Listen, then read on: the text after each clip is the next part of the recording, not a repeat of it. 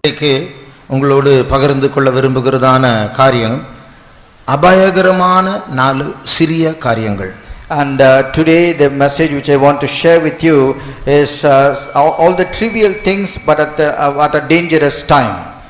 அபாயகரமான 4 சிறிய காரியங்கள். Dangerous 4 things. Little things. 4 little things.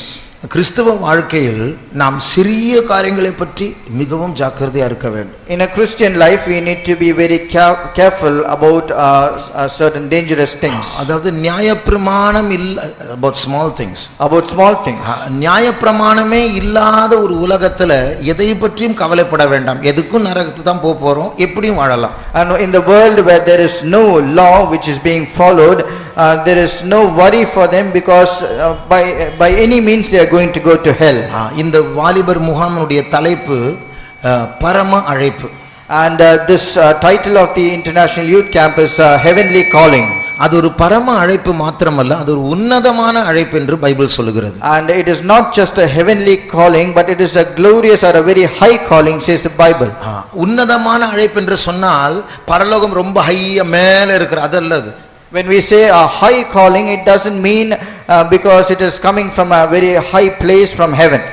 பரலோகத்திற்குள்ள உயரங்கள் இருக்கிறது. And there are heights even inside heaven. பரலோகத்திற்குள்ள ஒரு உயரமான இடத்தில் தான் நம்முடைய அழைப்பு, எங்கேயோ ஒரு மூலையில் அல்ல. It is not in some corner of the heavenly kingdom that we are called, but in the highest place in heaven. அப்படிப்பட்டவர்கள் தான் மிகவும் ஜாக்கிரதையா இருக்க வேண்டும். And such people have to be very much careful. ஏனென்றால் நாம் போகிற இடம் பிசாசு விரும்பி கிடைக்காத இடம். And because the place where we are heading towards is a place which Satan desired after but he could not get it. இன்றைக்கு பாட்டுகளிலும் தீர்க்க தரிசனங்களிலும் ஆவியானவர் பேசினார், நாம் தெரிந்து கொள்ளப்பட்டவர்கள். And even in the songs which we sang and as well as through the prophecy the Lord spoke to us that we are the chosen people of God. நீங்களே யோசிச்சு பாருங்க, எத்தனையோ கோடிக்கணக்கான ஜனங்கள் மத்தியில ஆண்டவர் நம்மிடத்தில் விரலை சுட்டிக்காட்டி நீ வா, நீ எனக்குரியவன், இது எவ்வளவு பெரிய ஒரு அழைப்பு. Just consider among the crowds and multitudes of people in the world, the Lord is pointing his fingers towards you and he is saying, you are my chosen one, come to me. நாம் உட்கார்ந்து இருக்கிற இடம், அதாவது send Thomas mount ஃபெய்த்தோம் அல்ல, இந்த மண்டலமானது இது எவ்வளவு மேன்மையான பயங்கரமான இடம் தெரியுமா? Do you know the place where we are seated? It is not St. Thomas Mount Faithom, but this dimension where we are seated is very much trembling and it is very dangerous. ஆகியால் பிசாசு சிறிய காரியங்களை கொண்டு நம்மை ஒரு பெரிய ஏமாற்றத்துக்குள் கொண்டு வரலாம். ஆகியால் மிகவும் ஜாக்கிரதையா இருக்க வேண்டும். Therefore Satan might use a very trivial or a small thing and bring in a great deception in us. Therefore we must be very cautious. இந்த ப்ளூ வேல் விளையாட்டை எடுத்துக்கொள்ளுங்கள். Just consider this game called blue whale. இதை பற்றி கேள்விப்படும் போது நூற்றுக்கணக்கான வாலிபர்கள் தற்கொலை செய்கிறார் என்று கேள்விப்படும் போது எல்லாரும் விலக வேண்டும், அதுதான் நார்மல். ஆனால் இப்போது அதை கேட்க நிறைய பேர் இன்னும் விளையாட வேண்டும் என்கிறதான அந்த ஆவல் தான் பெருகுகிறது. And when people come to know that many youngsters they commit suicide by playing this game, naturally they should have a mind that we should be careful not to play that game or should avoid it. But as we hear, many people they have a desire to play that game. எல்லா உயிரினங்களில் தற்கொலை செய்யக்கூடியதான ஒரே உயிரினம் தான் நீல திமிங்கலமா. And among all the animals or the mammals, one creature which will commit suicide is this blue whale. ஆகையால் தான் அந்த பெயர் கொடுக்கப்பட்டது. And it is therefore this name has been given. அப்ப ஏன் இப்படி வாலிபர்கள் அதை ஆட வேண்டும் விளையாட வேண்டும் என்று அவர்கள் விரும்புகிறார்கள்? Why the youngsters have a desire to play such a game? அவங்களுடைய உள்ளம் சொல்லுகிறது, it's a curiosity, தெரிய வேண்டும் என்கிற ஆவல் நிமித்தம் நான் கண்ட்ரோல் பண்ணுவேன், நான் தற்கொலை பண்ணேன், பாதியிலே வந்துடலாம், அப்படிதான் ஆரம்பிப்பாங்க. And their heart says, I am strong, I have a curiosity to find out what is there in that, I have full control on me, therefore I will play a little bit, I can come out of it. என்னன்னு பார்ப்போம், அந்த 15th 20th ஸ்டேஜ்ல வெளியே வந்துடலாமே. We'll just see what it is, but while going through half the way, we can just come out. அது ஒரு சின்ன உள்ளத்துல எழும்புகிற ஒரு ஆவல், அறிய வேண்டும் என்ற ஆவல், ஒரு curiosity. That is a desire out of curiosity that rises inside the youngsters. இது ஆரம்பித்து கடைசில வெளியே வர முடியாது. அதுதான் சிக்கலே, அவர்களை தற்கொலை வரைக்கும் நடத்தும். And the problem is, once you start playing that, you cannot come outside, and you will be entangled in that, and finally you will be forced to commit suicide. இது போல பைபிளில் 4 சிறிய காரியங்களை பற்றி பார்க்க போகிறோம். அதை பற்றி நாம் அசதியா இருந்தால் அது நம்முடைய வாழ்க்கையே கொன்று போடும். Likewise, we are going to meditate through the scriptures. There are 4 little things which are dangerous. If you are careless concerning them, that will kill our life. முதலாவது, First one, உன்னத பாட்டு 2ஆம் அதிகாரம் 15ஆம் வசனத்தை வாசி. let's read Song of Solomon chapter 2 verse 15. திராட்சை தோட்டங்களை கெடுக்கிற குழிநெறிகளையும் சிறுநெறிகளையும் நமக்கு பிடியுங்கள், நம்முடைய திராட்சை தோட்டங்கள் பூவும் பிஞ்சுமாய் இருக்கிறதே. கர்த்தருக்கு ஸ்தோத்திரம். Praise the Lord. இது சுலமித்தியால் சொல்லுகிற வார்த்தையா இருக்கும் என்றால், If this word is being said by Shulamite woman, அந்த திராட்சை தோட்டம் பூவும் பிஞ்சுமா இருக்கிறது, ஆனால் அதை கெடுக்கிற சில சிறு நரிகள் இருக்கிறது, அதை எங்களுக்கு பிடியுங்கள். and the vineyard is full of tender grapes and little flowers, and the little foxes that are coming to spoil it, just catch them. இதனுடைய அர்த்தத்தை இப்போது புரிய முயற்சி செய்யலாம். Let's try to understand the meaning of this verse. 13ஆம் வசனத்தை வாசியுங்கள். Let's read verse 13. அத்திமரம் காய் காய்த்தது, திராட்சை கொடிகள் பூ பூத்து வாசனையும் பரிமளிக்கிறது. என் பிரியமே, என் ரூபவதியே, நீ எழுந்து வா. இதனுடைய முந்தின வசனங்கள் வாசியும் போது 11, 12 வாசியுங்கள். இதோ மாரிகாலம் சென்றது, மழை பெய்து ஒழிந்தது, பூமியிலே புஷ்பங்கள் காணப்படுகிறது, குருவிகள் பாடும் காலம் வந்தது, காட்டுப்புறாவின் சத்தம் நமது தேசத்தில் கேட்கப்படுகிறது. பாருங்கள், இந்த சூழ்நிலையை நாம் யூகிக்க வேண்டும். And we have to imagine the situation. மழை காலம் நின்று விட்டது. The rain is stopped. சூரியன் வெளியே வருது. And the sun is coming out. அத்திமரம் துளிர் விடுகிறது. And the fig tree is blossoming. பறவைகளுடைய சத்தம் கேட்கப்படுகிறது. And the sound of the birds can be heard singing. அப்போ உள்ளத்தில் மறைந்த மிருகங்கள் எல்லாம் வெளியே வருகிறது. And all the animals which are hidden, they are just coming out. அது மாத்திரமல்ல, திராட்சை தோட்டமும் அது நல்ல வாசனை வீசுகிறது. அது பூவும் பிஞ்சுமா இருக்கிற காலம். And not just that, even the vines, they have tender grapes and flowers which are giving good smell. இது எதை காட்டுகிறது? What does this show? நம்முடைய வாழ்க்கையில் மாரி காலம், மேகங்கள் மூடுகிற காலம் என்று சொன்னால் ஒரு சோதனை காலத்தை காட்டுகிறது. In our life, when we say it's being a rainy season with full of clouds, is a time of trials and temptations. அந்த சோதனை காலம் முடியும் பொழுது ஒரு செழிப்பு நம்முடைய வாழ்க்கையில் வருகிற சூழ்நிலை தான் இங்கே பார்க்கிறோம். And the end of the trial or the temptation, we come out victoriously, and there is a prosperity which we see here. வியாதி நீங்குகிறது. The sickness is gone. Convention சோதனை முடிந்து விட்டது. The trial of convention is over. கடன் பிரச்சனை மாறி விட்டது. The debts have been removed. அப்போ இப்ப எல்லாம் மறுபடியும் நார்மலாக செழிப்பாக மாறி இருக்கிறது. Once again everything has become to normal, everything has become prosperous. அந்த பறவையின் சத்தம், சூரியன் வெளிப்படுகிற அந்த காட்சி, அந்த திராட்சை தோட்டத்தினுடைய அந்த நல்ல வாசனை, இதெல்லாம் எதை அது நம்மை கூப்பிடுகிறது? And the sun coming out, and the fig tree blossoming, the tender grapes and the singing of the birds, all these are calling or inviting us. மணவாளனோடு கூட சேர்ந்து எழுந்து வா என்று கூப்பிடுகிறது. Arise and come along with the bridegroom is that calling. அப்போ மணவாட்டிக்கு அந்த சோதனை முடியும் போது உன் கஷ்டங்கள் மாறிவிட்டது, நீ எழுந்து வா என்று மணவாளன் அழைக்கிறார். And the bridegroom is inviting or calling the bride, saying the time of your trial is overpast and it is over. Arise and come to me. அப்போ அந்த திராட்சை தோட்டமானது பூவும் பிஞ்சுமா இருந்த நல்ல வாசனை வீசுகிறதே, மணவாளனோடு சேர்ந்து மணவாட்டியை மணவாளன் அண்டை அழைக்கிறதான ஒரு சூழ்நிலை அது. And this wine which is found with flowers and tender grapes giving a good smell is an invitation where the bridegroom is calling the bride to come along with him. அப்படிப்பட்ட நேரத்தில் தான் இந்த சிறு நரிகள் வெளிப்படுகிறது. And at this time where this little foxes they appear. அதனுடைய அர்த்தம் என்ன? What does that mean?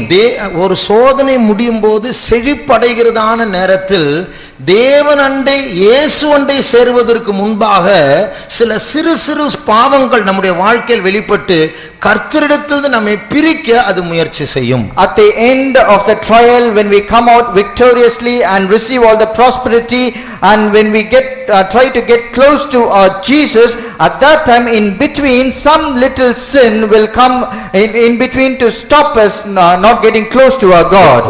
ஒரு பரீட்சை, ஒரு ஃபைனல் எக்ஸாம் முடியும் போது அடுத்த கிளாஸுக்கு நாம் போகிறது போல ஒரு எக்ஸாம், ஒரு ஆவிக்குரிய பரீட்சை, ஒரு சோதனை காலம் முடியும் பொழுது தேவனோடு இன்னும் அதிகமாய் நெருங்கும்படியாக அவர் நம்மிடத்தில் வருகிறார். And when there is a final examination where we go on from one class to the other, likewise we also have a spiritual examination or a test by which we can get close to our God. ஒரு சோதனை முடியும் போது நான் முந்தின நாட்களை விட இப்பொழுது இயேசுவோடு அதிகமாக நான் நெருங்கி இருக்கிறேன் என்று தான் நம்முடைய சாட்சியாக இருக்க வேண்டும். And our witness or testimony should be that at the end of our trial I have become much closer to my God. ஆனால் இந்த தேவனோடு இருக்கிற உறவு பெருக வேண்டியதான அந்த காலத்தில் செழிப்பு வரும் பொழுது சில நேரத்தில் பின்மாற்றமும் வரும். அதுதான் இந்த சிறு நரிகள். At the time when there should be a greater closeness in relationship with our God, at the end of every trial, instead of this prosperity,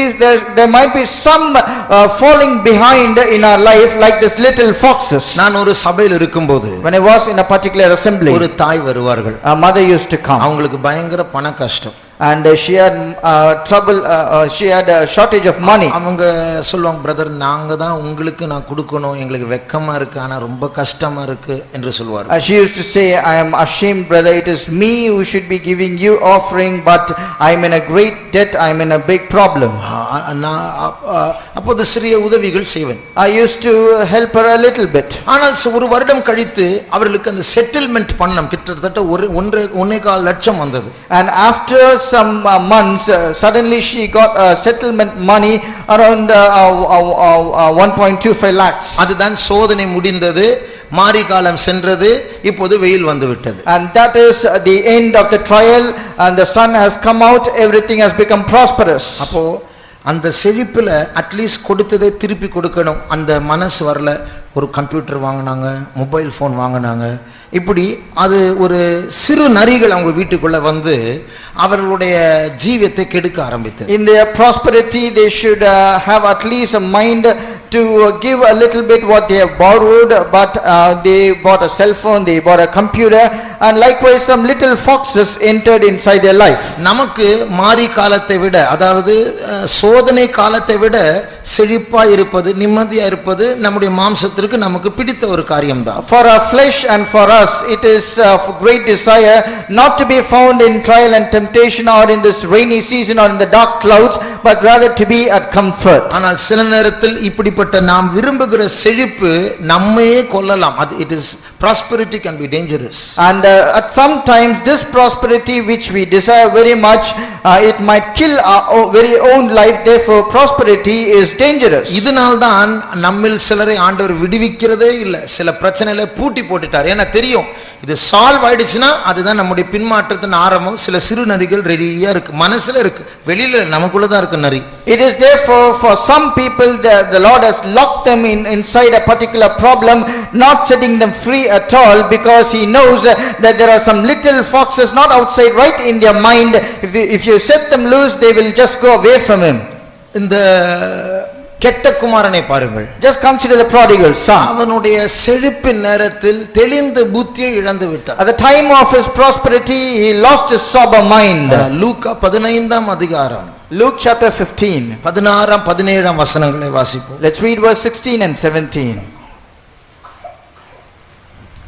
அப்பொழுது பன்றிகள் தின்கிற தவிட்டினாலே தன் வயிற்றை நிரப்ப ஆசையாயிருந்தான். ஒருவனும் அதை அவனுக்கு கொடுக்கவில்லை. அவனுக்கு புத்தி தெளிந்த போது And when he came to himself, அதனுடைய அர்த்தம் என்ன? அது வரைக்கும் நிறைய பணம் இருந்தது, அவனுடைய பங்கு அவனுக்கு கிடைத்தது, புத்தியை இழந்து விட்டான், தெளிந்த புத்தியை இழந்து விட்டான். which means until then he had much prosperity, he had his own portion, much money, and therefore he lost his mind. அப்போ அந்த வறுமையில், அந்த பசியில் தான் புத்தி தெளிவடைகிறது. And at his poverty and when he was hungry, he came to his mind. இது போல நம்முடைய ஜீவியத்தில் Sometimes trials are safer than prosperity. தேவன் நம்மை சில சிறையிருப்புல பூட்டி வச்சிருக்காரு. இந்த கடன் பிரச்சனை, வறுமை, வேலை இல்ல, சில நேரத்தில் நமக்கு அதுதான் சேஃப்டி. ஏன்னா ஆவிக்குரிய ஜீவிதத்துல நல்லா இருப்போம், நல்லா ஜெபிப்போம், தேவனை தேடுவோம், சர்ச்சுக்கு வருவோம். பணத்தை கொடுத்தா போறோம், அழிஞ்சிருவோம். அதனால தான் ஆண்டவர் பூட்டி வச்சிருக்கிறார். Likewise, even in our life, sometimes we will be in a captivity and we will be in debts or some kinds of problems, and therefore we will come regularly to church. We will seek God very correctly, and therefore the Lord will have kept us in that captivity, and therefore sometimes trials are safer than prosperity. அந்த வறுமையில், அந்த வயிற்று பசியில், அந்த பன்றியினுடைய தவிடை சாப்பிட்டால் நலமா இருக்குமே என்கிறதான் அந்த சூழ்நிலையில் அந்த பணக்காரனுடைய புத்தி தெளிந்தது. At the time of his poverty and of a great hunger, where he wanted to quench his thirst and fill his stomach with the husk of the swine, that time that rich man came to his senses. அப்போ நமக்கு வேலை வேணுமா? Therefore, do we need a job? கடன் மாறணுமா? You want your debts to be removed? வர வேண்டிய பணம் வரணுமா? And for the money which is pending, should it come? முதலாவது நம்முடைய மைண்ட்ல இருக்கிற நரியை வெளியே துரத்தணும். First, you have to chase that fox which is in your mind. அதோட அர்த்தம் என்ன தெரியுமா? அந்த பணம், அந்த செழிப்பு வந்த உடனே நமக்குள்ள சில பிளான்ஸ் வரும், சில திட்டங்கள் வரும். இப்படி வாங்கலாம், அப்படி செய்யலாம், இப்படி செய்யலாம். இதுதான் நமக்கு எடுத்துரும், தேவனை விட்டு பிரித்து விடும். Which means right after you get a settlement or a money, immediately your mind will have some plans. I have to buy this and buy that, I have to do this and that, and that will immediately corrupt your mind. எல்லாவற்றையும் பலிபீடத்தில் வைக்க வேண்டும். We have to surrender all these things in the altar. எனக்கு கிடைக்கிற அந்த செழிப்பெல்லாம் தேவனுக்கு சொந்தமானது. And all the prosperity that I receive belongs to God. அப்போ இப்படி நாம் ஒப்பு கொடுப்போது ஆண்டவர் தருவார். ஏனென்றால் நாம் விலகி போக மாட்டோம் என்கிற நிச்சயம் அவருக்கு வரும். When we surrender in such a manner, then the Lord will give everything, because he has an assurance that we will not go away from him. மறுபடியுமாய் அந்த உன்னத பாட்டு 2ஆம் அதிகாரம் 15ஆம் வசனத்தை வாசியுங்கள். Once again, let's read Song of Solomon chapter 2 verse 15. திராட்சை தோட்டங்களை கெடுக்கிற குழி நரிகளையும் சிறு நரிகளையும் நமக்கு பிடியுங்கள். நமக்கு பிடியுங்கள். யார் பேசுகிறது? And it is said, catch them for us. And who is this speaking? இது மணவாட்டி பேசுகிறார் இருந்தால், மணவாட்டி மணவாளன் மணவாட்டி சார்பாக சேர்ந்து பேசுகிறாள். And it is the bride who is speaking, but on behalf of both the bride and the bridegroom. அப்போ அந்த சிறு நரியை பிடிப்பது மணவாளனுக்கும் நல்லது, மணவாட்டிக்கும் நல்லது. To take or catch this little foxes is both good for the bride and as well as the bridegroom. இந்த மணவாட்டிக்கு அந்த சிறு நரியை பிடிக்கக்கூடிய பலன் இல்லை, ஆகையால் மணவாளனுடைய உதவியை கேட்கிறாள். And for this bride, she doesn't have the strength enough to catch this little foxes, therefore she is asking the help of the bridegroom. அதே நேரத்தில் மணவாளனும் அவர் தனியாக இதை செய்ய முடியாது, மணவாட்டி அந்த நரியை ஒப்பு கொடுக்க வேண்டும். At the same time, this bridegroom cannot do this job alone, and this bride has to offer this little foxes in his hand. அடிக்கடி ஆவியானவர் சொல்வார், உங்களை ஒப்பு கொடுங்கள், ஒப்பு கொடுங்கள். Very often the Spirit of God will tell us, surrender yourself. அப்போ நாம் அறிக்கை செய்வது, நமக்குள்ள இருக்கிற சிறு நரிகளை அறிக்கை செய்வது, நம்மை ஒப்பு கொடுப்பது, அப்போ அதுதான் நம்முடைய பகுதி. அப்பொழுது தேவன் அந்த நரியை பிடிப்பார். When we surrender all the little foxes and when we surrender ourselves in the hand of the Lord, it is at that occasion where we give an opportunity for the little foxes to be caught. எபிரேயர் 4ஆம் அதிகாரம் 12ஆம் வசனத்தை வாசிக்கும்போது, As we read in Hebrews chapter 4 and verse 12, கர்த்தருடைய வார்த்தை நம்முடைய இருதயத்தினுடைய நினைவுகள், அது வாசிங்க 4:12. தேவனுடைய வார்த்தையானது ஜீவனும் வல்லமையும் உள்ளதாயும் இருபுறமும் கருக்குள்ள எந்த பட்டயத்திலும் கருக்கானதாயும் ஆத்துமாவையும் ஆவியையும் கணுக்களையும் ஊனையும் பிரிக்கத்தக்கதாக உருவ குத்துகிறதாயும் இருதயத்தின் நினைவுகளையும் யோசனைகளையும் வகையறுக்கிறதாயும் இருக்கிறது. இருதயத்தினுடைய நினைவுகளையும் யோசனைகளையும் என்று வாசிக்கிறோம். we read, it's a discerner of our thoughts and the intent of our heart. Intent of the heart. Intent, எந்த இன்டென்ஷனோடு, எந்த எண்ணத்தோடு, நோக்கத்தோடு ஒரு காரியத்தை செய்ய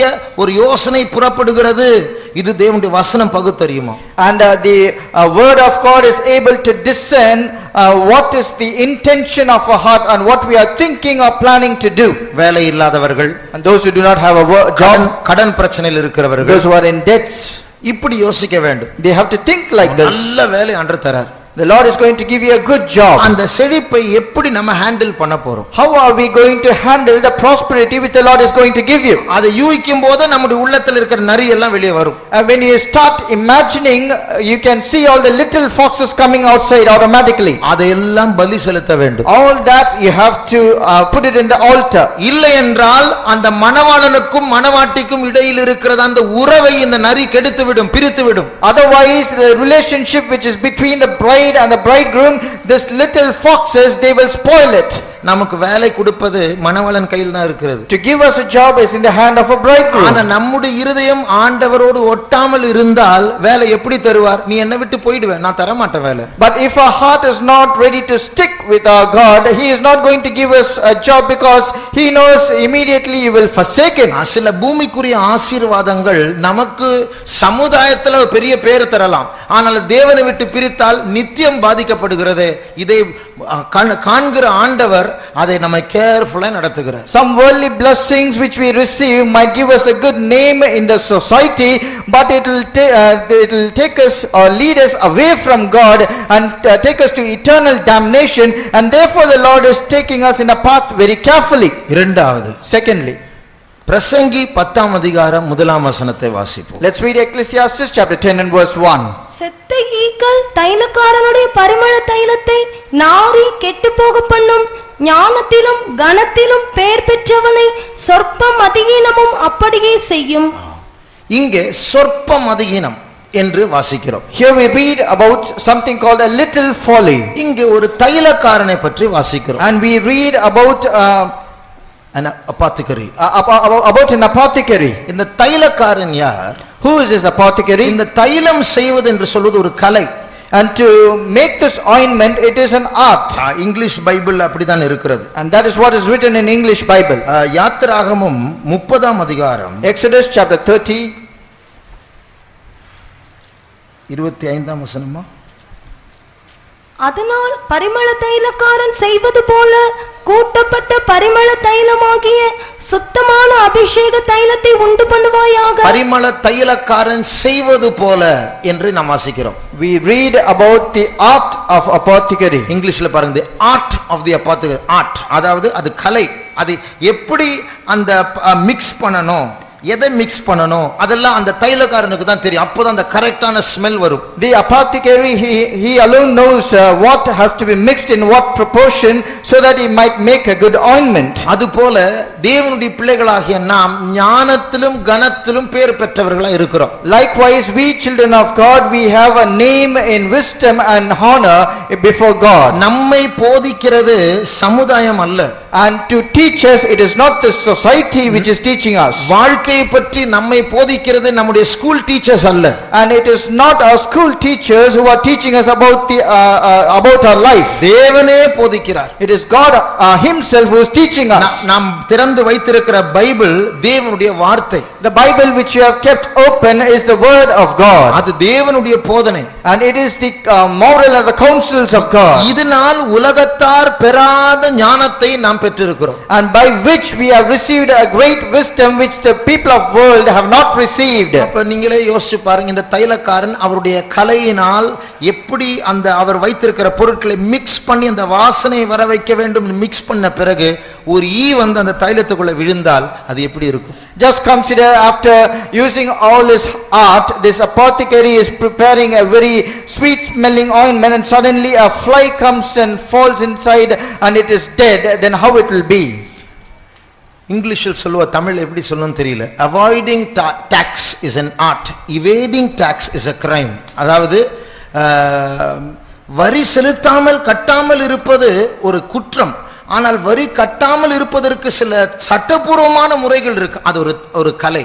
It is said that avoiding tax is an art, but when we evade tax, that is a crime. இது போல இந்த பூமியில் எத்தனையோ தீமைகள் பெருகி கொண்டிருக்கிற நாட்களில் ஞானமாய் நடக்க வேண்டும். Likewise, when evil is abounding in this world, we need to walk wisely in this world. அதை எப்படி அவாய்ட் பண்ண வேண்டும், எப்படி அந்த தீமைகளை தவிர்க்க வேண்டும் என்று ஞானத்தை பெற்றவர்கள் தான் நாம். And we are the people who have received wisdom of how tactfully we can avoid all the evil in this world. நீதிமொழிகள் 22ஆம் அதிகாரம் 3ஆம் வசனத்தை வாசிக்கும் போது, When we read Proverbs chapter 22 and verse 3, விவேகி ஆபத்தை கண்டு மறைந்து கொள்கிறான், பேதைகள் நெடுக போய் தண்டிக்கப்படுகிறார்கள். பேதைகள் ஞானம் இல்லாதவர்கள் நெடுக போய் தண்டிக்கப்படுகிறார்கள். the simple or the ignorant people, they pass on and they get punished. விவேகி புத்திமான் தீமை முன்பதாகவே கண்டு தன்னை மறைத்துக் A கொள்கிறார். prudent man, a wise man, he foreseeth the evil that is coming and he is hiding himself. இப்படி ஞானமாய் நடக்கும்படியா அழைக்கப்பட்ட நாம், And we people who have been called to walk wisely like wise. நமக்குள்ள சொற்ப மதியினம் நம்முடைய கனத்தையும் நம்முடைய பேரையும் குறைக்கலாம். But a little folly, it will cause bad reputation for a wisdom and honor. தாவீதுடைய வாழ்க்கையை பார்க்கும்போது, When we consider the life of David, எப்படியாவது தாவீதை குற்றம் கண்டுபிடித்து கொலை செய்ய வேண்டும், அவன் சாக வேண்டும் என்று பல விதத்தில் சவுல் முயற்சி செய்தார். Saul tried in many ways somehow to find fault in David and he should kill him. ஒரு நாள் தாவீது சவுல் அழைத்த விருந்துக்கு தாவீது வரவில்லை. One day David was absent for the feast which Saul has invited him for. அப்போ கேக்குற, தாவீது எங்க? Then he is asking, where is David? அவன் வரல, வரல என்று சொன்னான். And he was given a reply that he didn't come. உடனே அவருடைய பதில் என்ன? What was the immediate answer? அவன் சுத்தமானவன் அல்ல. He is not clean. அதுதான் சவுலுடைய மனதுக்குள்ள இருக்கிற யோசனை வெளியே வந்து அந்த பொறாமையிலிருந்து என்னென்னமோ தவறுகளை குற்றமாய் தாவீதின் மேல் செலுத்த வேண்டும் என்று முயற்சி செய்கிறார். It is out of jealousy, all the unclean thing which is popping out of Saul, and that is blaming or accusing David in many ways. ஆனால் தாவீதை பற்றி வேதம் சொல்லுகிறது, தாவீது ஞானமாய் நடந்தான் சவுல் கிட்ட மாட்டாதபடிக்கு. But concerning David, it is written, David walked wisely that he should not be entangled in any evil of Saul. சில வாரங்களுக்கு முன்பாக the foolishness of சாலமோனுடைய மதிகேடு என்று ஒரு செய்தியை நாம் கேட்டோம். And a few weeks before we heard a message which is the title, The Foolishness of Solomon. சாலமோனுடைய ஞானத்தை பற்றி பைபிள் சொல்லுகிறது, உலகத்தில் பக்கத்து நாடுகளில் உள்ளவர்களும் ஞானத்தை கேட்கும்படியே வந்தார்களாம். And concerning the wisdom of Solomon, it is written in the scripture, all the people from the neighboring nations and the countries came to see the wisdom of Solomon.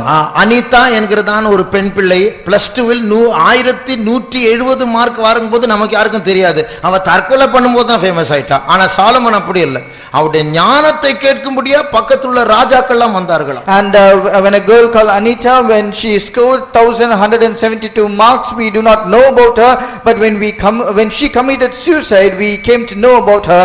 But for Solomon, when he was yet alive, knowing about all his wisdom, people came to see his wisdom. 1 ராஜாக்கள் 4ஆம் அதிகாரம் 1 King chapter 4. 31ஆம் வசனம் வாசி. Let's read verse 31. அவன் எஸ்ராகியனாகிய ஏத்தானிலும் ஏமான் கல்கோல் தர்தா என்னும் மாகோலின் குமாரரிலும் மற்ற எல்லா மனுஷரிலும் ஞானவானாயிருந்தான்.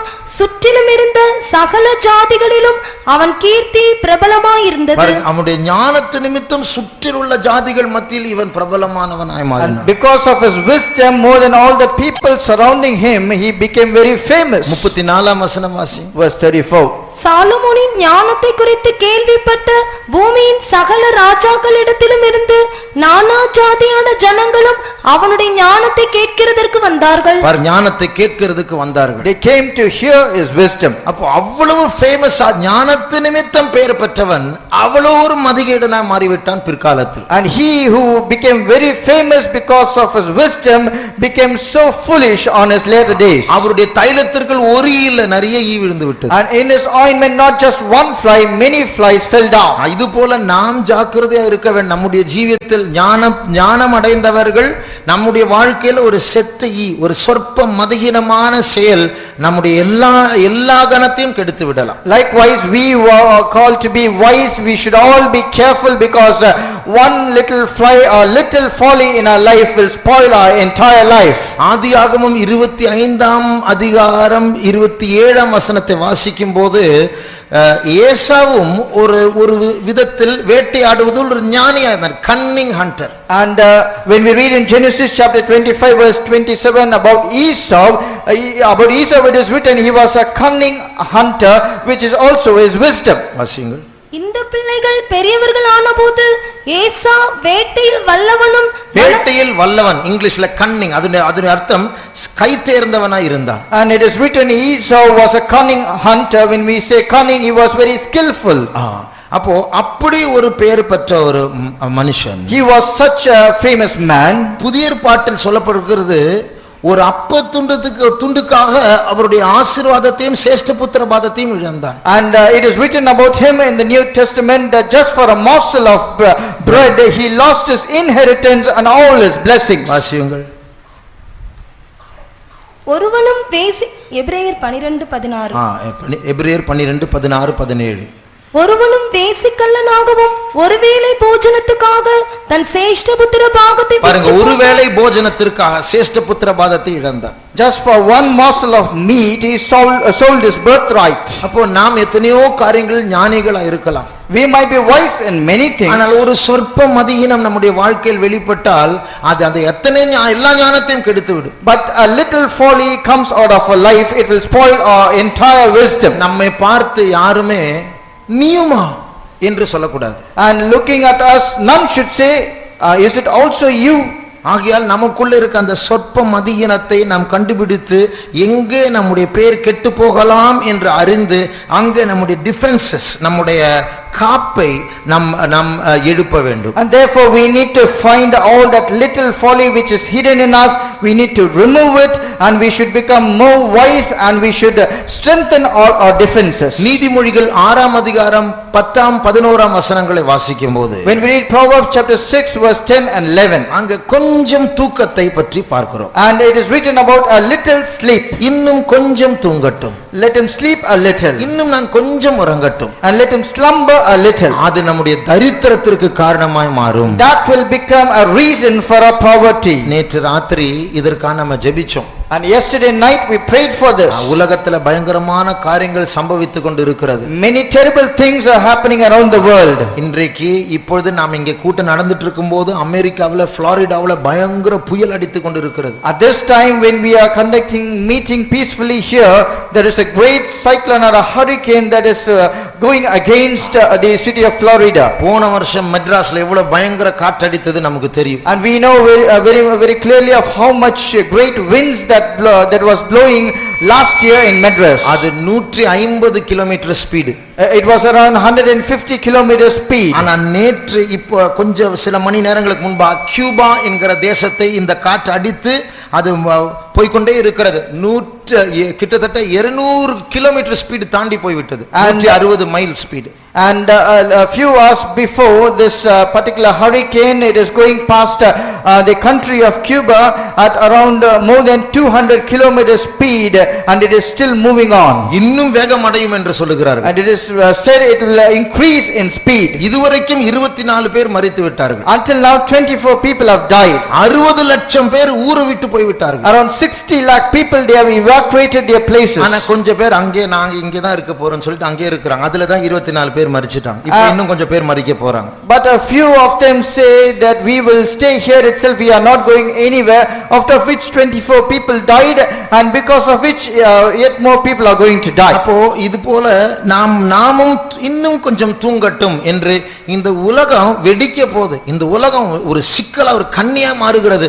இதுல போய் எப்படி செட்டில் ஆகலாம் தான் பிளான் போடுகிறோமே ஒழிய இதுல எப்படி இயேசுவின் வருகையில் போகலாம் என்று நாம் சிந்திக்காமல் இருக்கிறோமே, இதுதான் அந்த தூக்கம். We are also trying to get settled into this world, knowing very clearly that this world is going to explode very soon, and that world is becoming a snare for us, and therefore instead of being in this world trying to prepare ourselves to meet our Jesus, when we are trying to settle down here, that is this little sleep. September 23ஆம் தேதி ஏதோ பயங்கரமாய் ஒன்று நடக்க போகிறது என்று சொல்லுகிறார்கள். And they are saying something terrible is going to happen on September 23rd. வெளிப்படுத்தல் 12ஆம் அதிகாரத்தில் வானத்தில் ஒரு ஸ்திரீயை நான் கண்டேன். And in Revelation chapter 12 it is written, I saw a woman in the heavenly. அவளுடைய பாதத்தில் சந்திரன் இருக்கிறது. Under her feet there is the moon. அவள் சூரியனை அணிந்து கொண்டிருக்கிறாள். And she was clothed with sun. அவளுடைய தலையில் 12 நட்சத்திரங்கள் இருக்கிறது. And upon her head there were 12 stars. இதே ஒரு வடிவத்தில் இப்பொழுது செப்டம்பர் 23ஆம் தேதி ஒரு அந்த வானத்தில் இருக்கிற சில ராசிகள் சேரப்போகிறது. And exactly in the same shape or position, some of the stars in the heavenlies, they are going to make a shape on September 23rd. அந்த ஒரு வெளிப்படுத்தல் 12ஆம் அதிகாரத்தில் இருக்கிற அந்த ஸ்திரீக்கு ஒப்பான ஒரு ராசி உண்டு, கன்னி ராசி, Virgo. Constellation. And exactly according to Revelation chapter 12, where it is mentioned about that women, there is going to form a shape or a constellation in the sky which is called Virgo. அந்த கன்னி ராசிக்கு மேல சிம்மம் ராசி என்கிறதான ஒரு ராசி உண்டு. அதில் 9 நட்சத்திரங்கள் உண்டு. அதோடு கூட 3 கோள்கள் பக்கத்தில் ஒரே வரிசையாக வருகிறது. புதன், வெள்ளி, செவ்வாய், இந்த 3 கிரகங்கள் சேர்ந்து வரும். மொத்தம் 12 நட்சத்திரங்கள் அந்த தலைப்பகுதியில் இருக்கிறது. And above this constellation called Virgo, there is going to be a constellation which is called Leo, which is going to form above, and which is comprised of 9 stars, and along with that Mercury, Venus and Mars, they are also going to form together a shape which is the head of this Virgo. September 23ஆம் தேதி இது நடக்க போகிறது. This is going to happen on September 23rd. அந்த கன்னி ராசியுடைய கால் பகுதியில சந்திரன் இருக்க போகிறது. And below the constellation called Virgo, underneath there will be the moon. அதனுடைய தலைப்பகுதியில் சூரியன் வர போகிறது. And near to its head sun will come. அது மாத்திரமல்ல, வானத்தில் ஒரு அடையாளம் காணப்பட்டது என்று யோவான் சொல்லுகிறாரு. When John says there was a sign or a wonder in heaven, அந்த அடையாளம் பகல் நேரத்தில் காணப்படத்தக்கதா செப்டம்பர் 23ஆம் தேதி ஒரு சூரிய கிரகணம் நடக்க போகிறது. And to see this wonder on September 23rd, right in the noon, there will be a solar eclipse. அது மாத்திரமல்ல, not just that, அந்த ஆண் பிள்ளையை அந்த ஸ்திரீ பெற்றெடுத்தது போல, like that women gave birth to a male child, வியாழன் என்கிறதான ஒரு கிரகம் ஜூபிட்டர், அது அந்த கன்னி ராசியுடைய வயிற்று பகுதியில் 9 மாதமா இருக்கிறதாம். செப்டம்பர் 23ஆம் தேதி வெளியே வர போகிறது. And this planet called Jupiter is near the stomach portion of the constellation called Virgo for 9 months, and on September 23rd it will come out of it. இதெல்லாம் நமக்காக அல்ல, உலகத்தில் உள்ள ஜனங்களை விழிப்படையும்படி ஆண்டவர் சில எச்சரிப்புகளை தரார். And all these things are not for us but for the people of the world, for them to wake up. The Lord is giving this as a caution or a warning. ஆதியாகமம் 1ஆம் அதிகாரம் 14ஆம் வசனத்தில் வாசிக்கிறோம், ஆண்டவர் சூரியனையும் சந்திரனையும் நட்சத்திரங்களையும் வானத்தில் அடையாளங்களாக வைத்திருக்கிறார். And when we read in Genesis chapter 1 verse 14, the Lord created the sun and the moon and all the stars and kept it in the heaven as signs and wonders. அப்போ பைபிள் தெரியாதவர்கள், Bible படிக்காதவர்கள் இந்த அடையாளங்களை கண்டு உணர்வடைய வேண்டும். And those who do not know the Bible, those who do not read the Bible will see all such things and they will wake up. ஆனால் Bible தெரிஞ்ச நமக்கு இந்த கொஞ்சம் தூக்கம் எவ்வளவு நம்மை பாதிக்க போகிறது பாருங்க. But for us who know about the Bible, this little sleep that will cause a great problem for us. நேற்று நான் சொல்லிக் கொண்டிருந்தேன், I was saying this yesterday. ஒரு போலீஸ்காரன் ஒரு அம்மாவோட பேசுறார். நான் புயல் வரப்போதுமா, நீங்க இங்க இருக்கிறது நல்லது இல்ல. அவங்க சொந்த போட், நல்ல பணக்கார அம்மா, சொந்த போட் வச்சிருக்கிறான். நான் கடல்ல இருக்கிற போட்ல இருக்க ஒண்ணும் நடக்காது, நான் இங்கே இருக்கிறேன்னு சொல்லிட்டாங்க. A policeman in Florida, he is speaking to a woman there saying there is going to be a great cyclone. I'm asking you, I'm requesting you just to vacate this place. But that woman, she is very rich and she is saying no, nothing will happen to me, I'm safe, I'm comfortable staying here. சில அந்த பெரிய boat, அதுக்கு ஒரு கோடி 2 கோடி ரூபாய் இருக்கும். அந்த போட்டை சில மரங்களுக்கு இடையில சொருவி நான் கடல் மேல அந்த தண்ணீர் மேல நான் இருக்கிறேன்னு சொன்னாங்க. It is a very big boat which is costing some around 1 or 2 crores of rupees, and she has fixed that boat in between some big trees, and she says I am comfortable and safe here. அந்த போலீஸ்காரன் advice பண்றேன்மா, நாங்க advice பண்றோம், இங்க இருக்கிறது நல்லது இல்ல, நாளைக்கு ஏதாவது இருந்துச்சுன்னா நாங்க இருக்க மாட்டோம், உங்களுக்கு ஹெல்ப் பண்றதுக்கு யாரும் இருக்க மாட்டாங்க, நாங்க எல்லாரும் போறோம். And the policeman is saying, and he is saying, we are advising you please, because when the cyclone comes or the hurricane comes, we will not be found here to help you. அப்போ தேவன் நம்மை உலகம் அறியாத ஞானத்தை, நட்சத்திரங்களை பார்த்து படிக்காமல் பைபிளை பார்த்து படிக்கக்கூடிய ஞானத்தை தந்திருக்கிறார். The Lord has given us a wisdom not to learn looking at the stars but by reading our Bible. ஒரு நிமிடம் நம்முடைய கண்களை மூடுவோம். For 1 minute let us close our eyes. இந்த காலத்துக்கேற்ற ஒரு விழிப்பை கர்த்தர் நமக்கு தர வேண்டும். The Lord should give us an awakening a mind according to our times. காற்றுகள் உலகத்தில் வீசுகிற காலம். This is a time when the winds are blowing against the world. இந்த புயல் போன பிறகு, இந்த புயலுடைய பேர் எர்மா, இந்த புயல் போன பிறகு அடுத்த ஒரு புயல் வருகிறது ஹோசே, அது முடிஞ்ச பிறகு அடுத்த ஒரு புயல் வருகிறது கேட்டியா. And once this hurricane which is called Irma that will go away, there is another hurricane which is coming next which is called Jose, and there is another hurricane following that Jose which is called Keta. அப்போ இந்த புயல்கள் எல்லாம் மாறி மாறி வரும். ஏனென்றால் ஜனங்களை உணர்த்தும்படியாக, எழுப்பும்படியாக. And all these hurricanes are coming one by one in order to cause an awakening among the people. ஆனால் நாமோ அது வரும்போது பார்க்கலாம் என்று சொல்லி, இப்போ நான் நிம்மதியா இருக்கணும், என்னுடைய விளையாட்டை விளையாடி கொண்டே இருக்கணும், நான் ஜாலியா இருக்கணும், தயவு செய்து இந்த பிரசங்கம் எல்லாம் பண்ணி என்னுடைய சந்தோஷத்தை கெடுக்காதீங்க. But we are thinking in our mind, we might be saying by our mouth that all these things when it will come we will take care of it. Right now I am playing my game, I am enjoying my life. Don't conduct such sermons, threaten me and spoil my happiness. என்னுடைய சந்தோஷத்தை disturb பண்ணாதீங்க. Do not disturb my happiness. நம்முடைய கண்களை மூடுவோம். Let's close our eyes. கர்த்தர் நாம் எல்லாரையும் எழுப்ப வேண்டும். The Lord should awaken us all. இந்த பூமியில் உள்ளதான மயக்கத்தில் அநேகர் சிக்கி இருக்கிறார்கள், அவர்களை கர்த்தர் எழுப்ப வேண்டும். Many have fainted in the deception of this world. The Lord should awaken them all. இந்த காலத்துக்கேற்ற விழிப்புணர்வை கர்த்தர் தர வேண்டும். God should give us an understanding according to our time. பைபிளை படிச்சு திருந்தாதவர்களுக்கு தான் இப்படி நட்சத்திரங்களை வைத்தும் புயலை வைத்தும் கர்த்தர் எழுப்புகிறார். Those who do not know to read the Bible and correct themselves, that the Lord is sending all these hurricanes and showing all signs in the heavenly. காலத்துக்கேற்ற விழிப்பை கர்த்தர் தர வேண்டும். The Lord should give us an awakening according to our time. இருதயத்தின் ஓரத்தில் எங்கேயாவது இந்த ஆவிக்குரிய தூக்கம் இருக்கும் என்றால் கர்த்தர் என்னை எழுப்ப வேண்டும். If there is any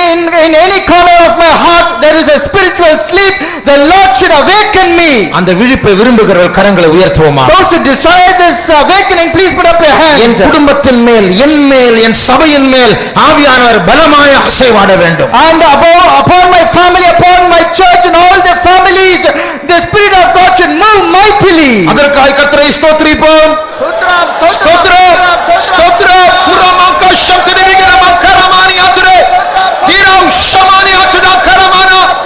ஸ்தோத்திரம், ஸ்தோத்திரம், ஸ்தோத்திரம், ஸ்தோத்திரம், ஸ்தோத்திரம், ஸ்தோத்திரம், ஸ்தோத்திரம், ஸ்தோத்திரம், ஸ்தோத்திரம், ஸ்தோத்திரம், ஸ்தோத்திரம், ஸ்தோத்திரம், ஸ்தோத்திரம், ஸ்தோத்திரம், ஸ்தோத்திரம், ஸ்தோத்திரம்.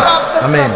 மூன்றாவது, Thirdly, 1 கொரிந்தியர் 5ஆம் அதிகாரம் 6ஆம் வசனத்தை வாசிப்போம். let's read 1 Corinthians chapter 5 and verse 6. நீங்கள் மேன்மை பாராட்டுகிறது நல்லதல்ல, கொஞ்சம் புளித்த மா பிசைந்த மா முழுவதையும் புளிப்பாக்கும் என்று அறியீர்களா? கொஞ்சம் புளித்த மாவு முழு மாவையும் புளிப்பாக்கும். A little leaven will leaveneth the whole lump. இதனுடைய அர்த்தம் என்ன? What does this mean? அந்த முழு அதிகாரத்தை படித்தால், If you read the whole chapter, அந்த கொரிந்தியர் சபையில ஒரு மனுஷன் ஒரு செய்யக்கூடாத ஒரு பாவத்தை செய்திருக்கிறார். in the Corinthian church, a man, he committed a sin which no one should commit. அந்த பாவ செயல் தான் கொஞ்சம் புளித்த மாவு. And that sinful action is that little leaven. இந்த மனுஷனை நீங்கள் சபையை விட்டு விலக்காவிட்டால் முழு சபையும் கெடுத்துவிடும். If you do not put aside this particular man, he will spoil the whole church. ஒரு நாள் ஒரு ஒரு ஒரு விசுவாசி ஒரு சபையில் ஒரு தவறை செய்தார். One day a particular believer in an assembly, he committed a mistake. ஆனால் அவர் கொஞ்சம் ஒரு வசதியான ஒரு விசுவாசி. But he was a little rich man. அங்குள்ள ஊழியக்காரன் அவரை கண்டிக்க தண்டிக்க அவர் தயங்கினார். And the servant of God there, he was hesitating in order to punish him. அப்போ ஒரு நாள் அவர் அந்த ஊழியக்காரன் ஒரு சொப்பனத்தை கண்டார். One day this servant of God there, he saw a dream. ஒரு தாடி வைத்திருந்த ஒரு மனுஷன் அந்த சொப்பனத்தில். In the dream he saw a man with a bird. நீளமான தாடி. It was very long. அந்த தாடியில் ஒரு எறும்பு சிக்கி இருக்கிறது. And in the bird there was an ant inside. அந்த எறும்பை அவர் விரலை வைத்து எடுத்தால் அதை நசுக்கி விடுவார் என்ற அந்த மனுஷனுக்கு ஒரு பயம். And if you want to take the ant off the bird, he had a fear that he might crush it inside his beard. ஆகையால் என்ன செய்தார்? Therefore what did he do? ஒரு எறும்பு புற்றுக்கு போய் அந்த தாடியை அங்க வைத்தார். அந்த எறும்பு தானாக எறும்பு புற்றுக்குள்ள இறங்கட்டும் என்று சொல்லி. He went close to a mount where the ants dwell and showed his beard close to that, thinking that the ant itself will climb down and go inside the pit. இது கேட்கும்போது உங்களுக்கு தெரியும் என்ன நடந்திருக்கும். இந்த புற்றில் இருக்க எறும்பெல்லாம் தாடியில ஏறிடுச்சு. And when you hear this, you know what would have happened. All the ants from the pit that climbed on his beard. அந்த பாஸ்டர் விழித்து விட்டார். Immediately that servant of God, he woke up. அப்போ இந்த அவருக்கு அர்த்தம் புரிந்தது. He understood the meaning of the dream. இந்த பிரதரை காப்பாற்ற போய் எனக்கு தான் பாதிப்பு வரப்போகுது. If I'm going to save this particular rich man, I will be in trouble. அப்ப அந்த பிரதர் அந்த ஊழியக்காரர் என்ன செய்தார்? Then what did the servant of God do? இந்த சொப்பனத்தை போய் அந்த பிரதர்கிட்ட சொன்னா, இப்படி ஒரு சொப்பனத்தை பார்த்தேன். அந்த சகோதரன் புரிந்து விட்டது, அவரே ஒதுங்கி போய்விட்டார். He went and said this dream to the brother who was at fault, and he also understood the dream, and he himself left the church. கொஞ்சம் புளித்த மாவு முழு மாவையும் கெடுத்து விடும். A little leaven will leaven the whole lump. கடைசி வசனத்தை வாசியுங்கள். Let's read the last verse. புறம்பே இருக்கிறவர்களை குறித்து தேவனே தீர்ப்பு செய்வார். இல்ல, put away from you that unclean, அந்த அசுத்தமான மனுஷனை உங்கள் மத்தியிலிருந்து எடுத்து போடுங்கள். எத்தனாவது வசனம்? 1 கொரிந்தியர் 5ஆம் அதிகாரம் இல்லையா? சரி, அது வாசிங்க கடைசி வசனம். புறம்பே இருக்கிறவர்களை குறித்து தேவனே தீர்ப்பு செய்வார். ஆகையால் அந்த பொல்லாதவனை உங்களை விட்டு தள்ளி போடுங்கள். அந்த பொல்லாதவனை உங்களை விட்டு தள்ளி போடுங்கள். அதுதான் தீர்வு. Therefore put away from among you that wicked person, and that is the solution. அப்ப இது போல நம்முடைய ஜீவியத்தில் நம்முடைய பாவங்களை நாம் செட்டில் பண்ணாவிட்டால், மனம் திரும்புதலோடு நாம் அறிக்கை பண்ணி அதை சரிப்படுத்தாவிட்டால் அது எல்லாரையும் பாதிக்கும். Likewise, if we do not confess and forsake all the sins which is in our life and settle them completely, it will have its hand upon all the people. ஒரு யோனாவினுடைய கீழ்ப்படியாமை முழு கப்பலை அலக்களித்தது. Just because of disobedience of one Jonah, the whole ship was caught in the tempest. ஒரு ஆகானுடைய தவறு நிமித்தம் முழு இஸ்ரவேலுக்கு தோல்வி உண்டானது. And just because of one man, the whole Israelites, they faced a defeat. One Achan. ஒரே ஏரோதின் மூலம் நிமித்தம் முழு எருசலேம் கலங்கி போனது என்று பைபிள் சொல்லுகிறது. Just because of one Herod, the whole Jerusalem was trembling. அது மாத்திரமல்ல, not just that. ரோமர் 5ஆம் அதிகாரம் 12ஆம் வசனத்தை வாசிக்கும்போது, when we read Romans chapter 5 and verse 12, வாசிங்க. இப்படியாக ஒரே மனுஷனாலே பாவமும் பாவத்தினாலே மரணமும் உலகத்திலே பிரவேசித்தது போலவும், ஒரே மனுஷனாலே பாவம் முழு உலகத்தில் பிரவேசித்தது. just by one man sin entered inside the whole world. ஏவாளுக்கு தெரிஞ்சிருக்குமா? Would Eve know about it? அவ personal choice, அதாவது என்னுடைய தனிப்பட்ட ஒரு காரியம் தான் என்று சொல்லி தான் இந்த பழத்தை புசித்திருப்பாள். இதனால 2000 வருஷம் 5000 வருஷம் கழித்து 6000 வருஷம் கழித்து நாமெல்லாம் பாதிக்கப்படுவோம் என்று அவ யோசித்திருக்கவே மாட்டான். Eve might have thought, this is my very own personal and a private choice of eating that fruit, and she would not have been aware that after 2000, 5000 or 6000 years later that we are suffering because of it. ஆதாமினுடைய ஏவாளினுடைய ஒரே பாவத்தினால் முழு உலகத்தில் பாவம் பிரவேசித்தது போல, just because of sin of one Eve, sin entered the whole world. ஆதாம் செய்த பாவம் மாத்திரமல்ல, நாம் செய்கிற யார் செய்த பாவமா இருந்தாலும் பரவுகிற தன்மை உண்டு.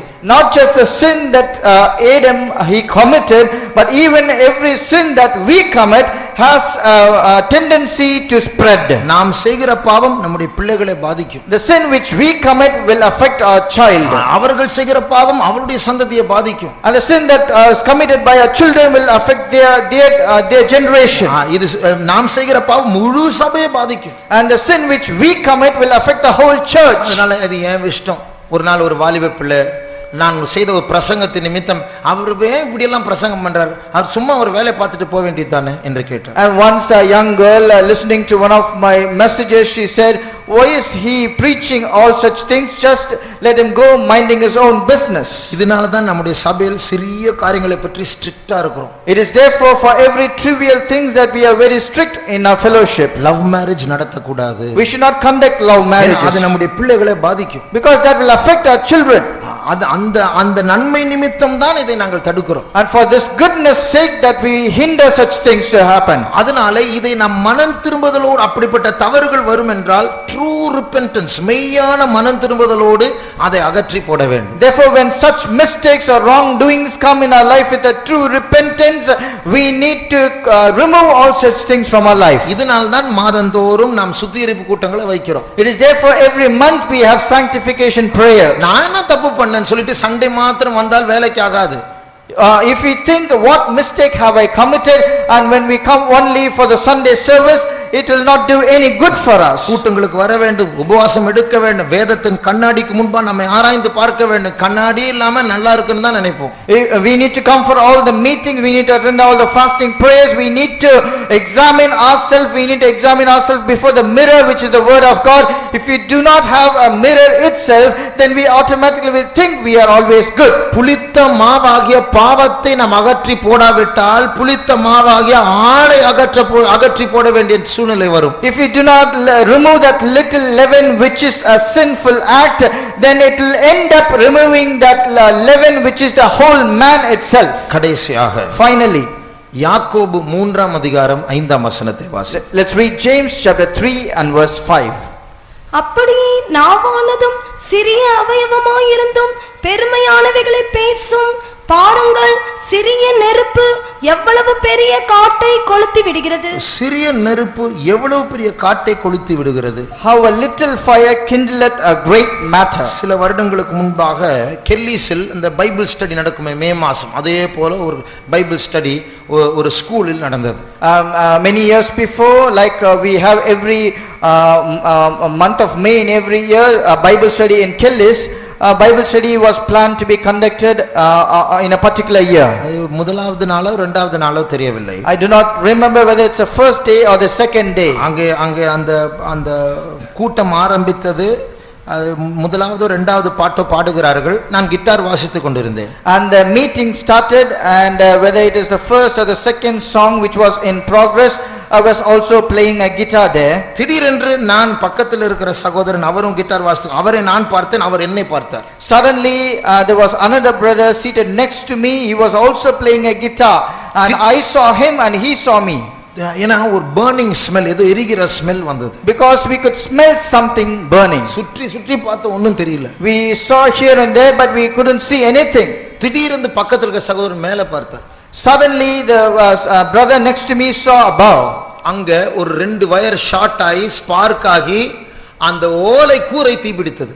And suddenly a wire, an electrical wire, it was short, and a spark came, fire came, and the shed caught fire. ஆனா சிஸ்டர்ஸ் எல்லாரும் பாட்டு பாடிட்டே இருக்கறாங்க. அந்த சின்ன தீ நாங்க 2 பேர் பார்த்தோம். But all the sisters, they were continuing singing, but we saw that little fire. அந்த தீ அப்படியே பரவ ஆரம்பிச்சது. And that fire started spreading. உடனே நான் கிட்டாரை நிறுத்தினேன், அவரு நிறுத்த சொன்னேன், பிளக் எல்லாம் உருவிட்டோம், ஸ்பீக்கர் எல்லாம் தூக்கிட்டோம். எல்லாரும் பார்க்க என்ன நடக்குறாங்க. அதுக்கப்புறம் தான் பார்த்த உடனே எல்லாரும் ஸ்டேஜ் விட்டு கொஞ்ச நேரத்துல முழு ஸ்டேஜ் இறங்கி வந்துச்சு. யோசிச்சு பாரு, கெல்லிஸ் பைபிள் ஸ்டடி நடந்துருக்கு, ஃபயர் இன்ஜின் வந்துருச்சு. Immediately I stopped playing my guitar. The other brother, he also stopped playing guitar. I removed all the cords and the wires, removed the speaker. Everybody saw, they were confused, but everyone saw the fire. Immediately in a few minutes the whole stage was vacated and the whole shed came down. Just consider, while the Bible study was in progress, fire engines came to fight the fire. ஒரு சிறிய தீ ஒரு பெரிய காட்டை கொளுத்தி விடும். A little fire will kindle a whole forest. இந்த வசனம் சொல்லுகிறது நாவும் நெருப்புதான். This word says even tongue is also a fire. 6ஆம் வசனத்தை வாசியுங்கள். Let's read verse 6. நாவும் நெருப்புதான், அது அநீதி நிறைந்த உலகம். நம்முடைய அவயவங்களில் நாவானது முழு சரீரத்தையும் கரைப்படுத்தி ஆயுள் சக்கரத்தை கொளுத்தி விடுகிறதா. ஆயுள் சக்கரத்தை கொளுத்தி விடுகிறது. It will set on fire the course of nature. அதாவது நாவு அந்த சின்ன தீ, And that tongue is that little fire. ஆயுள் சக்கரத்தை கொளுத்தி விடுகிறது என்று சொன்னால் என்ன அர்த்தம்? What it means, setting on fire the course of nature.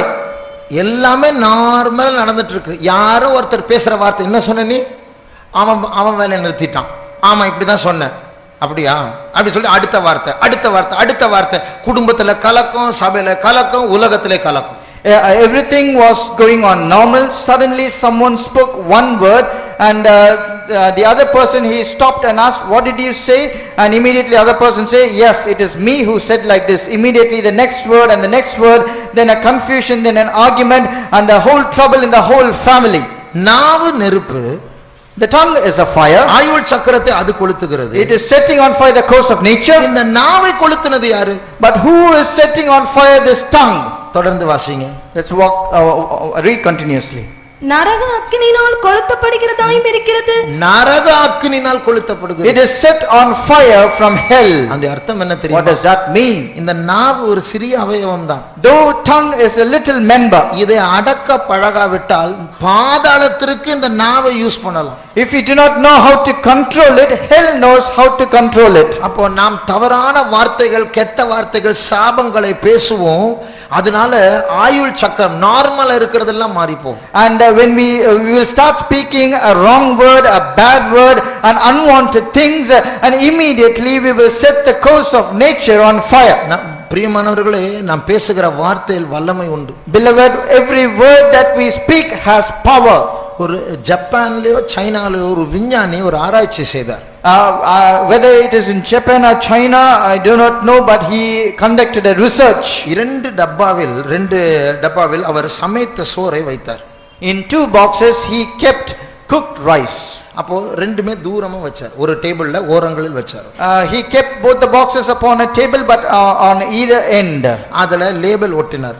And he stuck a label on each of them. ஒவ்வொரு நாளும் ஒரு மாதமாக ஒரு குறிப்பிட்ட டப்பாவை திறந்து அவர் கெட்ட வார்த்தை பேசுவார் அந்த சோறை பார்த்து. And for a period of 1 month, every day he will open one box and he will speak bad words toward that cooked rice. அதுக்கப்புறம் அந்த பாத்திரத்தை மூடிவிட்டு அந்த டப்பாவை திறந்து அவர் நல்ல வார்த்தை, நீ நல்ல சோறா இருப்ப அப்படி சொல்லி நல்ல வார்த்தை பேசிட்டு. And then he will close the box on which he spoke bad word. Then he'll go to the other box. He will open it and he will speak good words, say you are a very good rice, you are very good and beautiful. ஒரு மாதம் கழித்து இந்த கெட்ட வார்த்தை வாங்கின டப்பாவில் இருக்க சோறுலாம் கருப்பாயிடுச்சு. And after 1 month, the food which was found in the box which received all the bad word was found to be rotten and black. ஒரு மாதம் அல்ல, சில நாட்கள் கழித்து. ஆனால் அந்த சோறு அது அப்படியே நல்ல சோறா இருந்தது.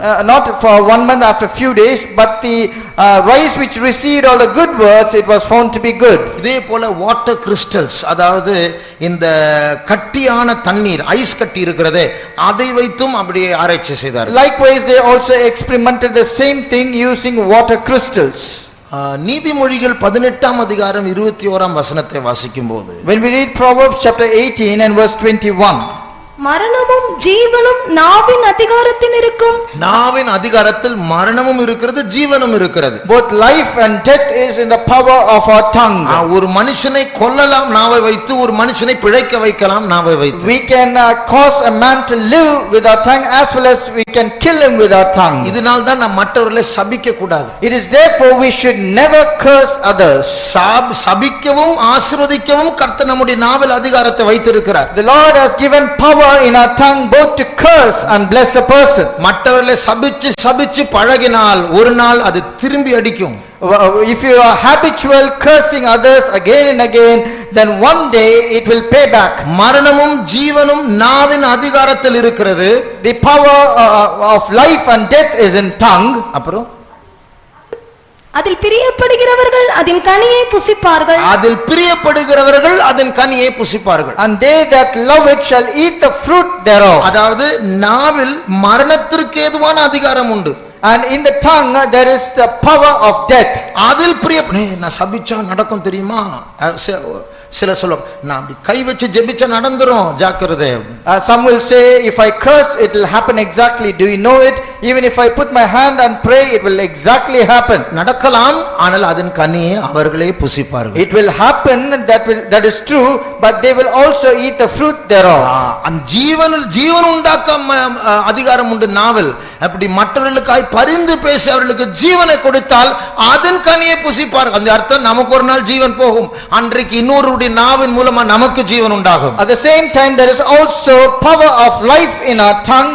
When we intercede and pray for others, creating life in them, one day we will also might happen to lose our life, at that time it will pay back, we will eat the fruit, we will receive life. நம்முடைய கண்களை மூடுவோம். Let's close our eyes. இயேசு நம்மத்தில் இருக்கிறார். Jesus is in the midst of us. அவர் அந்த சிறிய காரியங்கள், அந்த சிறு நரிகளை, அந்த சொற்ப மதியினத்தை, அந்த கொஞ்சம் தூக்கத்தை, அந்த அந்த சிறிய நெருப்பை மாற்ற அவர் வல்லவராய் இருக்கிறார். And he is all able to remove that little slumber, removing that little fox, removing that little sleep, and removing that little fire. அதனால் நாம் அந்த சின்ன அந்த புளிப்பை அகற்றி போடாவிட்டால் நம்மால சபை முழுவதும் பாதிக்கப்படும். If we are unable to remove that little leaven, because of us the whole church will be affected. ஒரு 2 நிமிடம் நாம் ஜெபிப்போமா? Can we pray for 2 minutes? இந்த மாதத்தில் சுத்திகரிப்பு கூட்டம் வைக்க சூழ்நிலை இல்லை. This month we do not have situation where we can have a sanctification prayer. ஒரு 2 நிமிடம் நாம் எல்லாரும் ஜெபிக்க போகிறோம். Therefore for 2 minutes let us all pray together. உங்களை, என்னை, நம்மை, சபையை, வாலிபர்களை கர்த்தர் கிருபையாய் பாதுகாக்க வேண்டும். The Lord should graciously protect and preserve you, me, all the youngsters and the whole of the church. என்னுடைய நாவு மற்றவர்களை கெடுக்கிற நெருப்பாய் இருக்க கூடாது, மற்றவர்களை சிருஷ்டிக்கிறதான நாவாய் மாற வேண்டும். My tongue should not be one that will hurt and affect others, but rather it should be able to create life in others. அந்த பொல்லாத மனுஷனை உங்கள் மத்தியிலிருந்து எடுத்து போடுங்கள் என்று நம்மை பற்றி சொல்லப்படுவதற்கு முன்பாகவே எனக்குள் நமக்குள் இருக்க அந்த புளிப்பை நாம் அகற்றி போடுவோமாக. Before it is said of us, throw away that wicked person from among you, we should remove that little leaven which is in you and me. ஞானத்தில் பேர் பெற்றவர்களாக நம்முடைய வாழ்க்கையில் செத்த ஈயை போல அந்த சொற்ப மதியினம் வராதபடிக்கு நம்மை காத்துக்கொள்வோமாக. And we who are famous in wisdom and honor, we should not give room for that one little fly to come and fall upon us. That little folly, let us all remove it. நம்ம Jesus எல்லாரும் ரொம்ப நேசிக்கிறோம். We love Jesus, we all love Jesus very much. அன்பிலிருந்து நம்மை பிரிக்க ஒரு சிறு நரி நம்முடைய வாழ்க்கையில் உள்ள வருவதற்கு நாம் இடம் கொடுக்க கூடாது. But we should not give room for that little fox or the little sin to separate us from him. சும்மா ஒரு ஜாலிக்காக ஒரு சினிமாவை பார்த்தால் தேவ சமூகம் போய்டும், அபிஷேகம் குறைஞ்சிரும், திருப்பி வர்றதுக்கு டைம் ஆகும். Just for a little fun you go and watch a little movie and immediately you will lose the presence of God, you will lose your anointing, and to come back to the same presence it will take much time. ஏன் தெரியுமா தேவ சமூகம் குறைகிறது? Do you know why you will lose the presence of God? God நம்ம விட்டு போயிடுறார். God will leave from us. நீ பண்றது எனக்கு பிடிக்கல, நான் போறேன் என்று சொல்லுகிறார். He is saying, I do not like what you are doing, therefore I am departing from you. அது பரவாயில்லை ஆண்டவர், உமக்கு பிடிக்கலன்னா பரவாயில்லை, எனக்கு பிடிக்கும், நான் அப்படிதான் பண்ணுவேன். And we should not be saying, it is okay if you do not like, I don't bother, but I like it, therefore I will watch it. சில வாலிபர்களுடைய ரிங்டோனே சினிமா பாட்டு தான். தேவன் உங்க பக்கத்துல வர மாட்டார். For some young boys, their ringtone of their cell phone itself is a cinema song. God will never even come near to you. இருதய கடினம் இல்லாமல் ஒரு மனசாட்சி இருக்கும் என்றால் அதெல்லாம் உங்களுடைய மொபைல்ல இருந்து delete, லேப்டாப்ல இருந்து delete பண்ணுங்க. If you have a proper conscience without a heartedness, please remove all such things from your cell phone and from all your laptops. நான் சொல்வதை கவனமா கேளுங்கள். Please listen carefully to what I say. ஜாக்கிரதையா இராவிட்டால் இந்த mount சபையிலிருந்து சிலர் Armageddon யுத்தத்தில் தேவனுடைய விரோதிகளாக ஆட்டுக்குட்டியானவருக்கு விரோதமாக படையெடுக்க போகிறீர்கள். If you are not going to be careful, cautious and watchful, some people from the St. Thomas Mount Faith Home as an enemies to God, you will be found in the battle of Armageddon fighting against the Lamb of God. கண்களை மூடி அந்த வசனத்தை வாசிக்க கேட்போம். Let's close our eyes and listen to the verse being read. வெளிப்படுத்தல் 17ஆம் அதிகாரம் 14ஆம் வசனம். Revelation chapter 17 verse 14.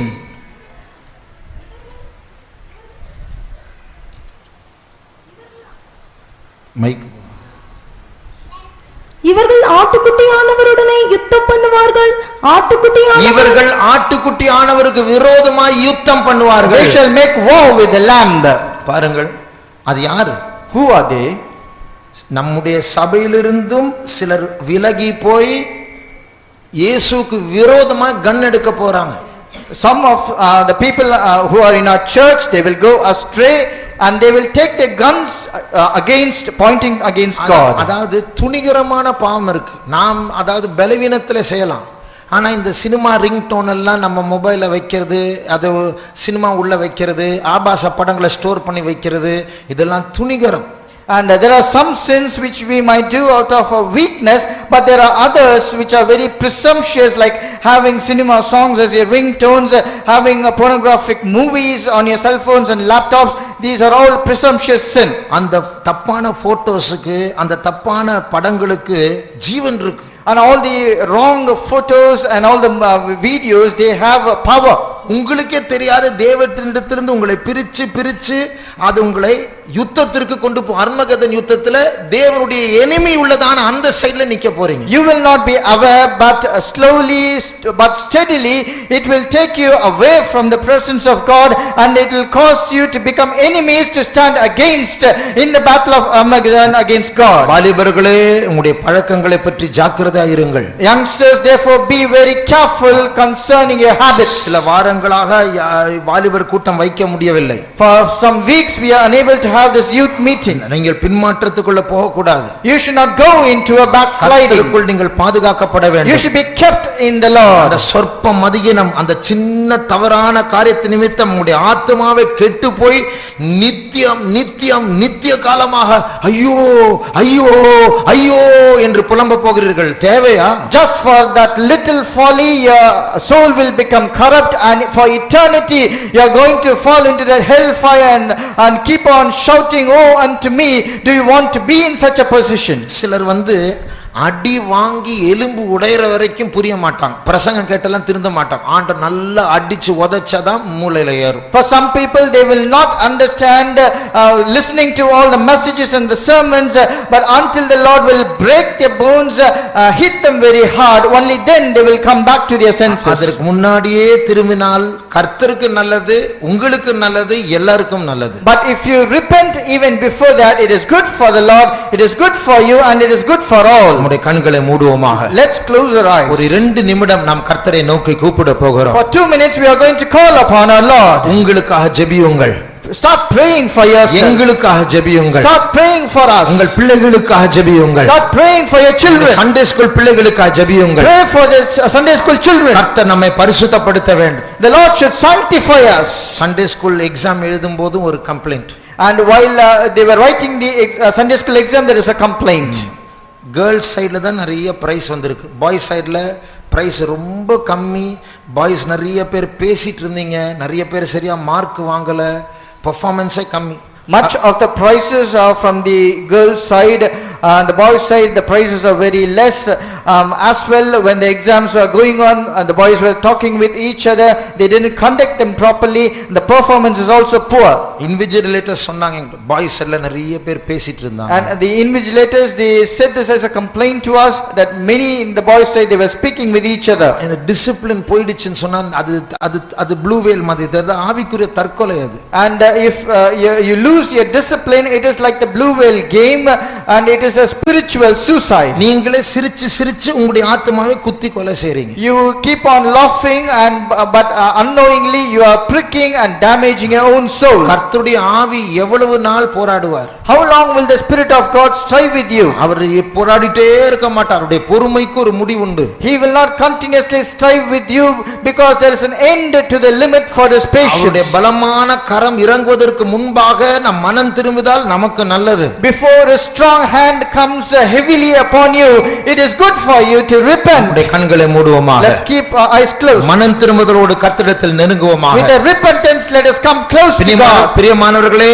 நான் இப்போது இந்த வார்த்தைகளை சொல்லும்போது நானே அந்த வசனங்களுக்கு முன்னாடி நடுங்கிக் கொண்டிருக்கிறேன். Beloved, when I preach this word to you, I myself tremble before this word. நானும் உங்களை போல எல்லாரை போல பலவீனமான மனுஷன் தான். கர்த்தருடைய கிருபை எனக்கும் வேண்டும். I like all of you, I am also a weak man. I also need much of the grace of God. கர்த்தருடைய கிருபையை இழந்த ஏசாவை போல நானும் ஒரு ஆகாத மனுஷனாய் மாறக்கூடாது. I should not become a sick man who lost the grace of God like Esau. ஒருவேளை போஜனத்திற்காக நித்தியத்தை இழக்க கூடாது. Just for one day, one morsel of bread, we should not lose our eternity. அற்பகால பாவத்திற்காக நித்தியம் நித்தியமா ஐயோ என்று கத்தக்கூடாது. Just for some trivial sins and pleasures, we should not be lamenting or screaming for eternity. அந்த இருதய கடினத்தை கர்த்தர் மாற்றுவாராக. May the Lord change the hardness of our heart. அன்றைக்கு ஐயோ ஐயோ என்று கத்துவதற்கு பதிலாக இன்றைக்கு கர்த்தரை நோக்கி கூப்பிட்டால் நலமா இருக்கும். Before shouting, oh, to me on that later stage, let us cry unto God right today. நம்முடைய பிள்ளைகளுக்காக ஜெபிப்போம். Let us pray for our children. வாலிபர்களுக்காக ஜெபிப்போம். Let's pray for our youngsters. ஊழியக்காரருக்காக ஜெபிப்போம். Let's pray for the servants of God. நமக்காக ஜெபிப்போம். Let's pray for us. இந்த சபைக்காக ஜெபிப்போம். Let's pray for this church. தேசத்திற்காக ஜெபிப்போம். Let's pray for the nation. அழிவு வந்து கொண்டிருக்கிறது. Destruction is coming. இருள் வந்து கொண்டிருக்கிறது. Darkness is approaching. இன்னும் கொஞ்சம் தூங்கட்டும் என்று சொல்வதற்கு காலம் இல்லை. There is no more time to say yet a little more sleep. எழும்புங்கள் எழும்புங்கள். Arise and arise. எழும்பு எழும்பு சீயோனே. Arise, arise, Zion. எழும்பு எழும்பு எருசலேமே. Arise, arise, O Jerusalem. நித்திரையை விட்டும் எழும்பும் நேரமாகிவிட்டது. The time has come for you to arise from your sleep. அசுத்தமாயிருக்கிறவன் இன்னும் அசுத்தமாயிருக்கட்டும். He that is filthy, let him be filthy still. அதுக்கு அர்த்தம் என்ன? What does that mean? அசுத்தத்தில் கால் வைத்தால் உளையான சேற்றை போல சொறிமணலை போல அது இழுத்துவிடும். If you step onto that filthiness like a deluge, like a sticking sand or a miry clay, it will pull you inside. அதே நேரத்தில் பரிசுத்தமாயிருக்கிறவன் இன்னும் பரிசுத்தமாயிருக்கட்டும். At the same time, he that is holy, let him be holy still. அதன் அர்த்தம் என்ன? What does that mean? பரிசுத்தத்திற்காக ஒப்பு கொடுத்தால் பரிசுத்தத்தில் கால் வைத்தால் அதுவும் நம்மை இழுத்துவிடும். If you yield for holiness, you step onto holiness, that will also pull you towards it. நம்முடைய சத்தத்தை உயர்த்தி ஜெபிக்க ஆரம்பிப்போம். Let us lift up our voice and pray. இன்றைக்கு மௌனமாயிருக்கிறவர்கள் கவனியுங்கள். நரகத்தில் மௌனமாயிருக்க முடியாது. தானாய் சத்தம் எழும்பும். Those who are silent today, please listen. You cannot remain silent in hell. Automatically you will scream. அன்றைக்கு அழுகையும் பற்கடிப்பும் வருமே, இன்றைக்கு கண்ணீர் விட்டால் அதை தவிர்க்கலாம். On that day you will have gnashing of teeth and Weeping. cry. But today if you cry, it will be good for you. கர்த்தரை நோக்கி கூப்பிடுவோமாக. Therefore let us call upon the Lord. அந்த இருதய கடினம் மாறட்டும். Let the hardness of heart change. எத்தனை நாட்கள் உங்களுக்கு ஜீவனை கொடுத்த இயேசுவை மறுபடியுமாய் சிலுவையில் அறைந்து எட்டி உதைக்க போகிறீர்கள்? How long will you crucify the Jesus again and again and kick at him who gave life for you? பேசுகிற ஒவ்வொரு கெட்ட வார்த்தை, கெட்ட ஜோக்கு, பார்க்கிற ஒவ்வொரு சினிமாவும் ஆபாசப்படும் இயேசுவின் மேல் துப்புகிறது போல. Every bad word that you speak, every pornographic movie that you watch is like spitting on the face of Jesus. இனி எத்தனை முறை துப்ப போறோம்? How many times are you going to spit more? அந்த ஆணி அடிக்கிறதான அந்த ஆளிலிருந்து அந்த சுத்தி எடுத்து எனக்கு ஒரு சான்ஸ் கொடு என்று இயேசு ஒரு அடிக்கு இன்னொரு அடி நாம் கொடுக்க போறோமா? Are we going to take one of the nail from the hand of the soldier and say, give me also a chance and hit Jesus once again with a கர்த்தரை nail? நோக்கி கூப்பிடுவோமாக. Let's call upon the Lord. குடும்பங்களுக்காக பரிந்து பேசுவோமாக. Let us intercede for the family. Mount சபை பரிசுத்தமான சபையாய் மாற வேண்டும். Let Mount Phaethon become a holy Phaethon. கர்த்தருக்குள் வைராக்கியம் உள்ள சபையாய் மாற வேண்டும். Let the church become very zealous for the Lord. ஒரு மனமுள்ள சபையாய் மாற வேண்டும். Let it be with one fellowship and one mind. நமக்குள்ள இருக்கிற எல்லா அசுசிகளை கர்த்தர் மாற்றி போடுவாராக. May the Lord remove all the unclean things from us. நம் சத்தத்தை உயர்த்தி ஜெபிப்போம். Let's lift up our voice and pray. ஆண்டவரே, எங்களை தாழ்த்துகிறோம் அப்பா. எங்கள் இரட்சகர் நீர் ஒருவர் தான் ஆண்டவரே. எங்களுடைய பல பலவீனங்களோடு உம்முடைய சமூகத்தை தேடி வந்திருக்கிறோம் அப்பா. எங்களுக்கு பலன் இல்லை ஆண்டவரே, எங்களோடு இரும் ஆண்டவரே. உம்மண்டை வருகிறோம் ஆண்டவரே, உம்மண்டை வருகிறோம் ஆண்டவரே. எங்களை ஒரு விசை கழுவும் அப்பா, எங்களை கழுவும் ஆண்டவரே, எங்களை பரிசுத்தப்படுத்தும் ஆண்டவரே.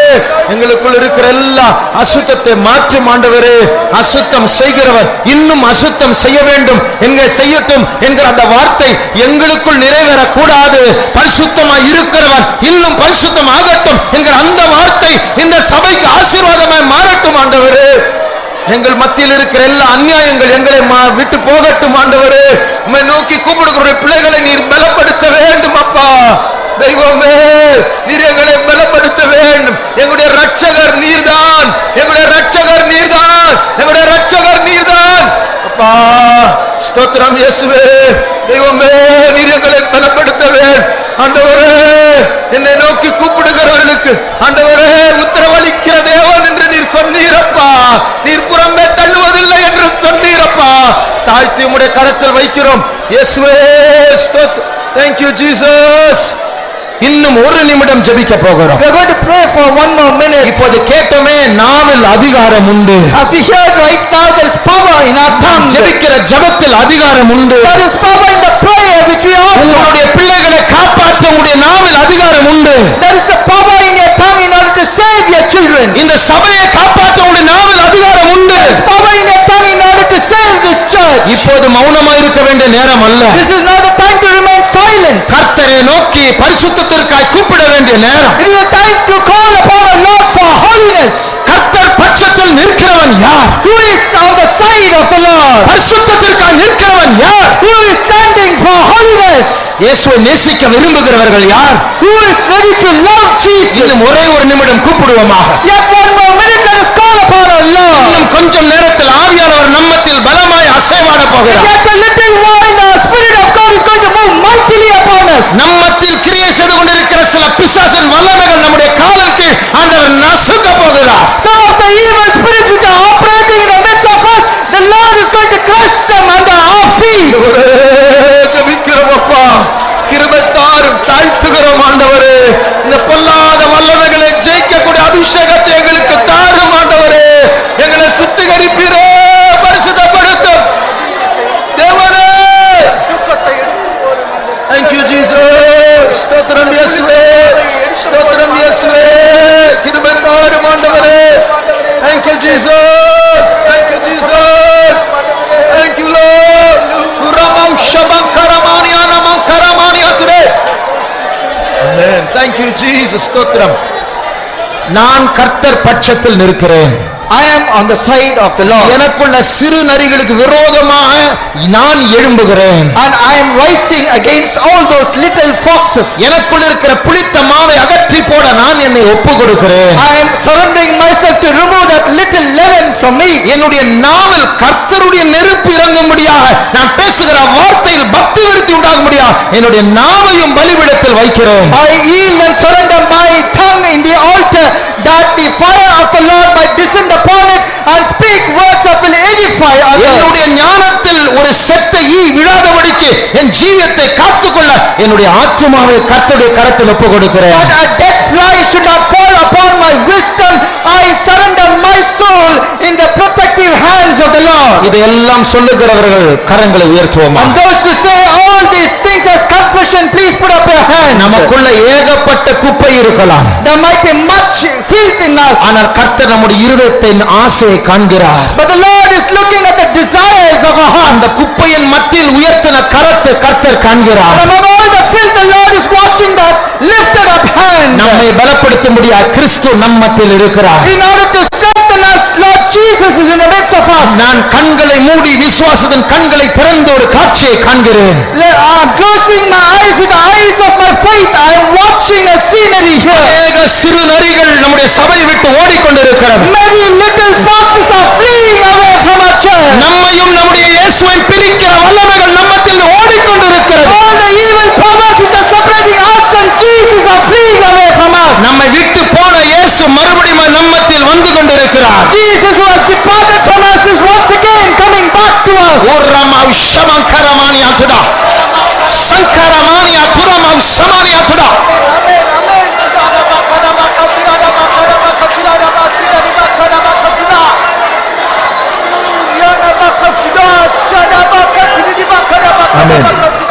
இப்போது நம்மை நம் நிமித்தம் துக்கப்பட்ட இயேசு, தூரத்தில் நின்ற இயேசு நம் பக்கத்தில் வந்து விட்டார். And Jesus was grieved because of us, who are staying far away from us, have come close to us. அவர் நமக்கு ஒரு காரியத்தை சொல்லுகிறார். And he is saying a particular thing to us. கண்களை மூடி இந்த வசனத்தை கேட்போமா? Let's keep our eyes closed and listen to the words being read. உன்னத பாட்டு 2ஆம் அதிகாரம் Song of Solomon chapter 2. 14ஆம் வசனத்தை வாசிப்போம். Let's read verse 14. இது நம்முடைய இயேசு, நம் மத்தியில் இருக்கிற சிறுநரிகளை துரத்தின இயேசு நம் மத்தியில் நம்மை பார்த்து சொல்லுகிற வார்த்தை.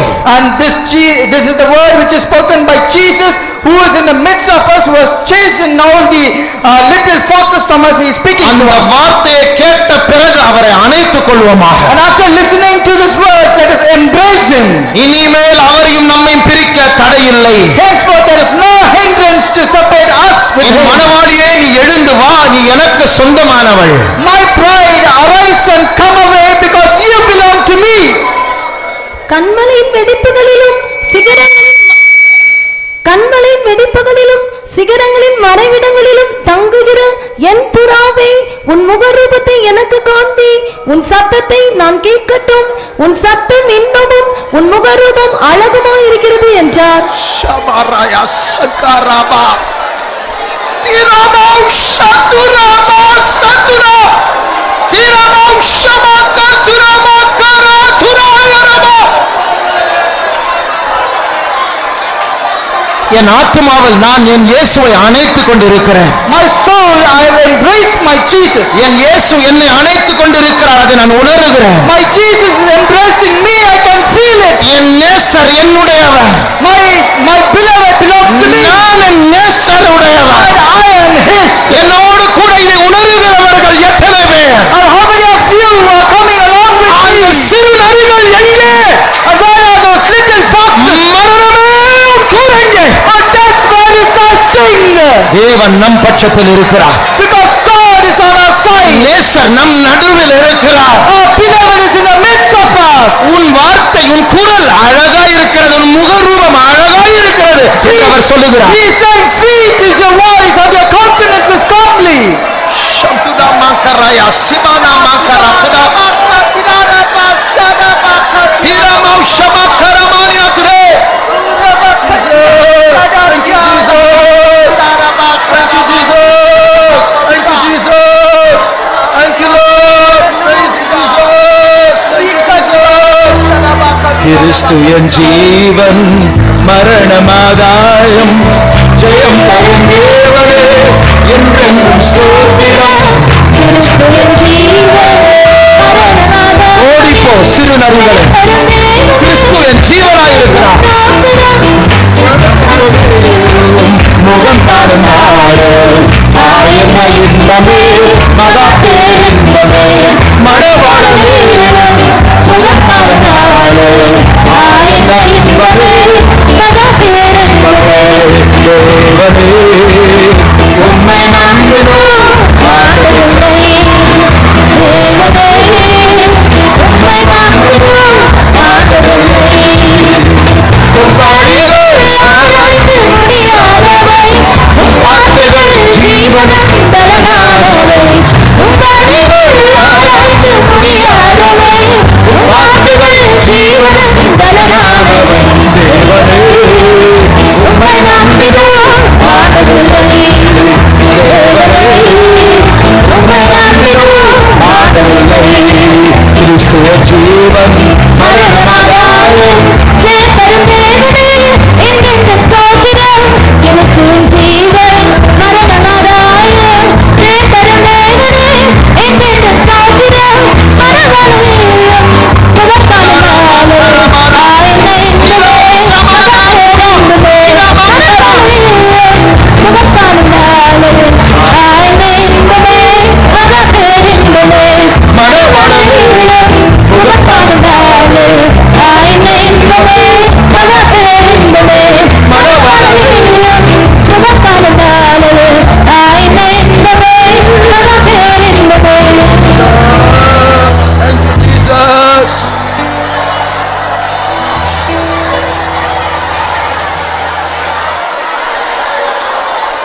Thank you, Jesus. Thank you, Jesus. Love you, Lord. Ramau Shabara Bakatide.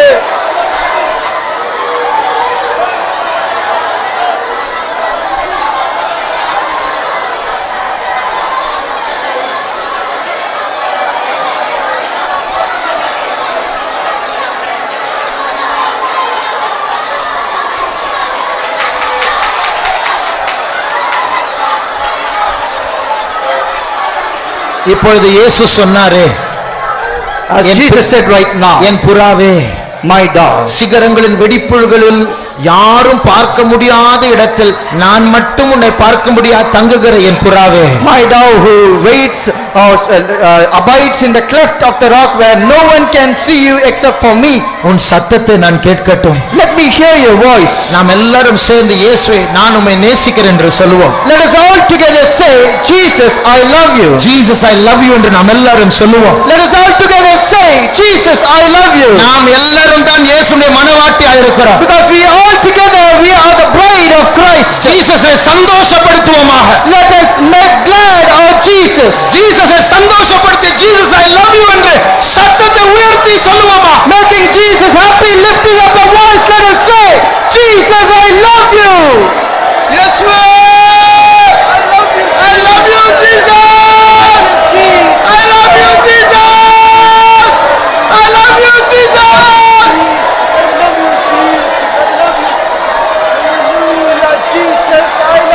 Jesus. மேலே இருந்து ஒரு சத்தம் கேட்கிறது.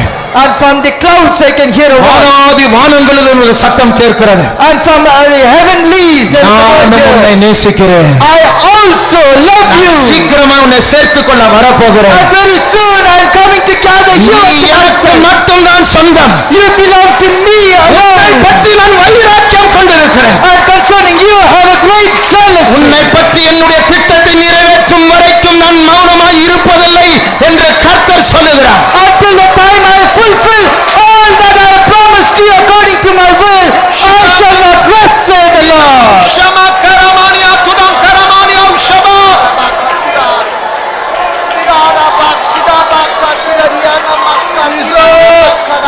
Thank you Jesus. I love you, Lord. Jesus, I love you. Hallelujah. இப்பொழுது நாம் ஒரு பாட்டினுடைய சரணத்தை ஒப்பு கொடுத்து மெதுவாய் பாடப் போகிறோம். Now we are going to surrender ourselves and sing a stanza of particular song slowly. கரங்களை உயர்த்தி ஒப்பு கொடுத்து நம்முடைய நேசரை நோக்கி பாடப் We போகிறோம். are going to lift up our hands, yield ourselves to our beloved, and we are going to sing. நன்றியாளன் உள்ளம் நிறைந்திடுவே நான் இதற்கென்பது செய்துவனே. நன்றியாளன் உள்ளம் நிறைந்திடுவே நான் இதற்கென்பது செய்துவனே. இம்மரான கருத்துமை நிறைவேறிட என்னை தந்து நடத்திடவே. இம்மரான கருத்துமை நிறைவேறிட என்னை தந்து நடத்திடவே. இங்கிருந்து நான் உங்களை பார்க்கும் பொழுது From here when I can see you, கிறிஸ்துவின் ஸ்தானாபதியாய் நியமிக்கப்பட்ட ஊழியக்காரனாகிய நான், I who is the ambassador of Lord Jesus Christ, கிறிஸ்துவிடத்திலிருந்து பெற்றுக்கொண்ட வார்த்தைகள் உங்களுக்கு நான் பேசும் பொழுது when I speak of the word which I received as message for you from Christ, அதன் பிரதிக்கிரியாக இங்கே நூற்றுக்கணக்கான கரங்கள் சமர்ப்பித்து ஒப்பு கொடுக்கிறதை உயர்த்தப்பட்டதை பார்க்கும் பொழுது and as a reciprocation when I can see hundreds of hands being lifted up on listening to his word, ஆனந்த கண்ணீர் தான் வருகிறது. I have tears of happiness. அப்படி என்றால் நம்முடைய நேசர் நம்மை பார்ப்பால் எவ்வளவு சந்தோஷப்படுவார். If then when our beloved will look upon us, how much more happy he should be. மறுபடியும் கரங்களை உயர்த்தி ஒப்பு கொடுப்போமா? Once again let us lift up our hands and surrender. இம்மகானோ கருத்துமை நிறைவேறிட என்னை தந்து நடத்திடவே. இம்மகானோ கருத்துமை நிறைவேறிட என்னை தந்து நன்றியால் கைகளை தட்டி பாடுவோம். நன்றியால் உள்ளம் நிறைந்திடுவே என்னை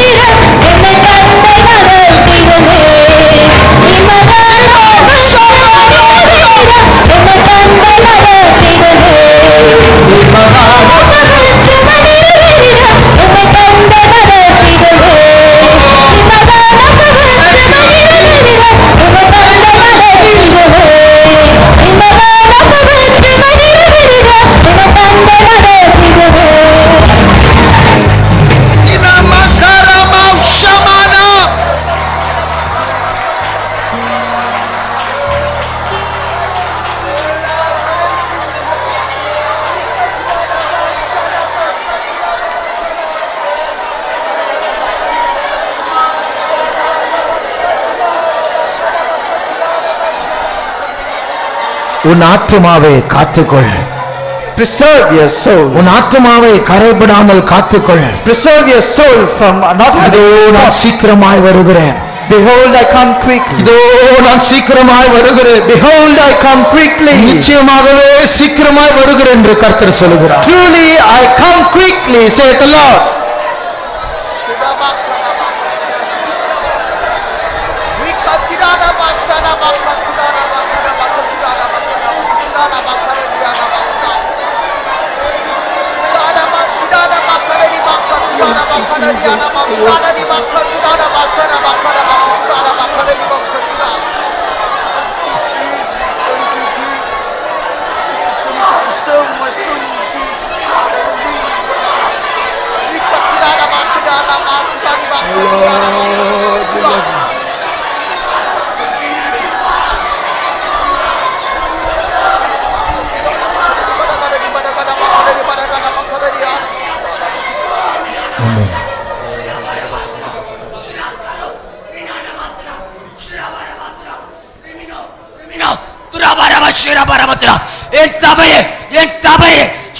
My church, my church.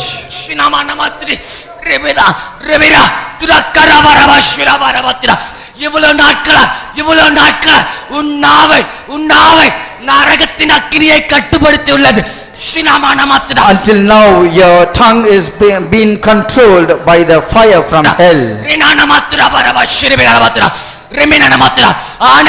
ஆனால் இந்த நொடி பொழுதிலிருந்து என் பரலோக அக்கினி, ஷியோனின் அக்கினி, நான் வாசம் செய்யும் அக்கினி உன்னாவில் இருக்கிறபடினால் உன் சரீரமானது பரிசுத்தத்துக்கென்றே வழி நடத்தக்கூடியதாய் இருக்கிறது. But from this moment onwards, the fire from heaven, which is full of holiness, is going to control you and your body.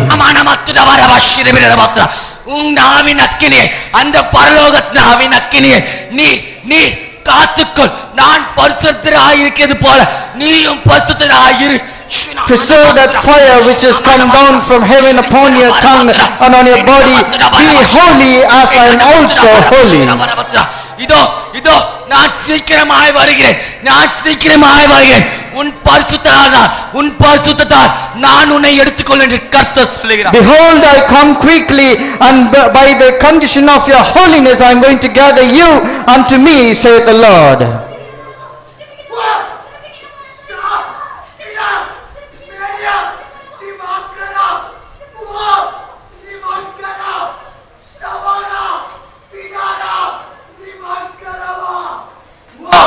என்னுடைய ஊழியத்திற்கென்று வேறு பிரிக்கப்பட்டதான என்னுடைய பிள்ளையே, My child who has been separated for my ministry. உள்ளே ஆயிரம் வல்லவைகள் தாக்குதோ சிதாவாக்கரா. Is it that thousands of evil spirits are striving or attacking you? ஆனாலும் உனக்கு சொல்லுகிறேன் என்னுடைய பிள்ளையே, என்னுடைய அநாதி நோக்கம் மாறுமோ? To you, my child, I am saying, shall my eternal purpose concerning you change? என்னுடைய பிள்ளையே,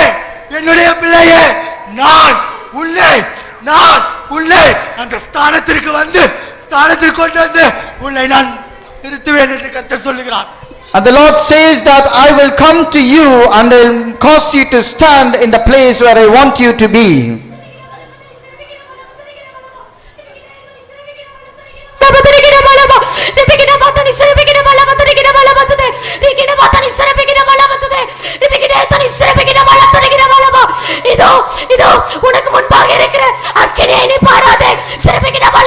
Do not look at the fire which is before you.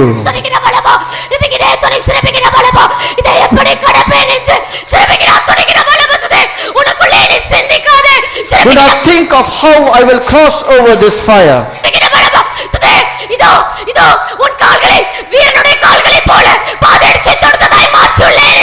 And I changed your legs short with shoes like that of a soldier.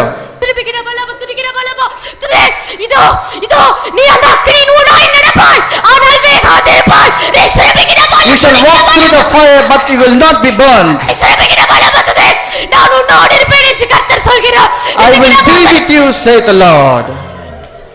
கர்த்தர் நம்மத்தில் இருக்கிறார். The Lord is in the midst of us. கர்த்தர் நம்முடைய ஃபியூச்சரை பொறுப்படுத்தி இருக்கிறார். The Lord has undertaken our future. எந்த சோதனை வந்தாலும் அதை கடந்து போவோம். No matter what trial comes, we will cross over. ஒரு மனுஷன் அக்கினியை கடந்து போனால் சாம்பலா மாறுவான், ஆனால் இந்த அக்கினியை கடந்து போனால் பொன்னாய் மாறுவான். A man crosses a literal fire, he will be turned to ashes, but a man who is crossing the spiritual fire will come forth as fine gold. ஆயிரம் வல்லமைகளை பற்றி கவலைப்படாதே. Do not worry about 1,000 evil spirits. அழைக்கிறவர் உண்மையுள்ளவர். Faithful is he that calleth you. அந்த ஆயிரம் வல்லமைகளை தாண்டி அல்ல, அந்த ஆயிரம் வல்லமைகளை மிதித்து போகும்படியா கர்த்தர் பலப்படுத்துவார். Not crossing over that 1,000 evil spirits, but to crush them under your feet, the Lord will enable you. நமக்குள் இருக்கிறவர் பெரியவர். Greater is he that is in us. நம்மை கைப்பிடிக்க ஆரம்பித்தார், கை விட மாட்டார். And he has started holding our hands, he will never leave our hands. விசுவாசத்தோடு ஒப்பு கொடுத்து கர்த்தரை ஸ்தோத்திரிப்போம். ஸ்தோத்திரம், ஸ்தோத்திரம், ஸ்தோத்திரம், ஸ்தோத்திரம், ஸ்தோத்திரம், ஸ்தோத்திரம், ஸ்தோத்திரம், ஸ்தோத்திரம், ஸ்தோத்திரம், ஸ்தோத்திரம், ஸ்தோத்திரம். இந்த கூட்டத்தை கர்த்தர் பொறுப்படுத்தி ஆசீர்வதித்து ஆறுதற்காய் ஸ்தோத்திரிப்போம். ஸ்தோத்திரம், ஸ்தோத்திரம், ஸ்தோத்திரம், ஸ்தோத்திரம், ஸ்தோத்திரம், ஸ்தோத்திரம், ஸ்தோத்திரம், ஸ்தோத்திரம். இந்த வாரம் முழுவதும் கர்த்தர் நம்மை பாதுகாக்கும்படியாய் கர்த்தரை ஸ்தோத்திரிப்போம். ஸ்தோத்திரம், ஸ்தோத்திரம், ஸ்தோத்திரம், ஸ்தோத்திரம், ஸ்தோத்திரம். நம்மை ஒரே குடும்பமாய் கர்த்தர் மாற்றி இருக்கிறபடியால் கர்த்தரை ஸ்தோத்திரிப்போம். ஸ்தோத்திரம், ஸ்தோத்திரம், ஸ்தோத்திரம். நாம் எல்லாரும் ஒரே குடும்பமாய் சேர்த்துக் கொள்ளும்படி அவர் சீக்கிரமாய் வரப்போகிறபடியால் அவரை ஸ்தோத்திரிப்போம். ஸ்தோத்திரம், ஸ்தோத்திரம், ஸ்தோத்திரம், ஸ்தோத்திரம். எல்லா துதிகன மகிமை கர்த்தருக்கே செலுத்தி கர்த்தரை ஸ்தோத்திரிப்போம். ஸ்தோத்திரம், ஸ்தோத்திரம், ஸ்தோத்திரம், ஸ்தோத்திரம்.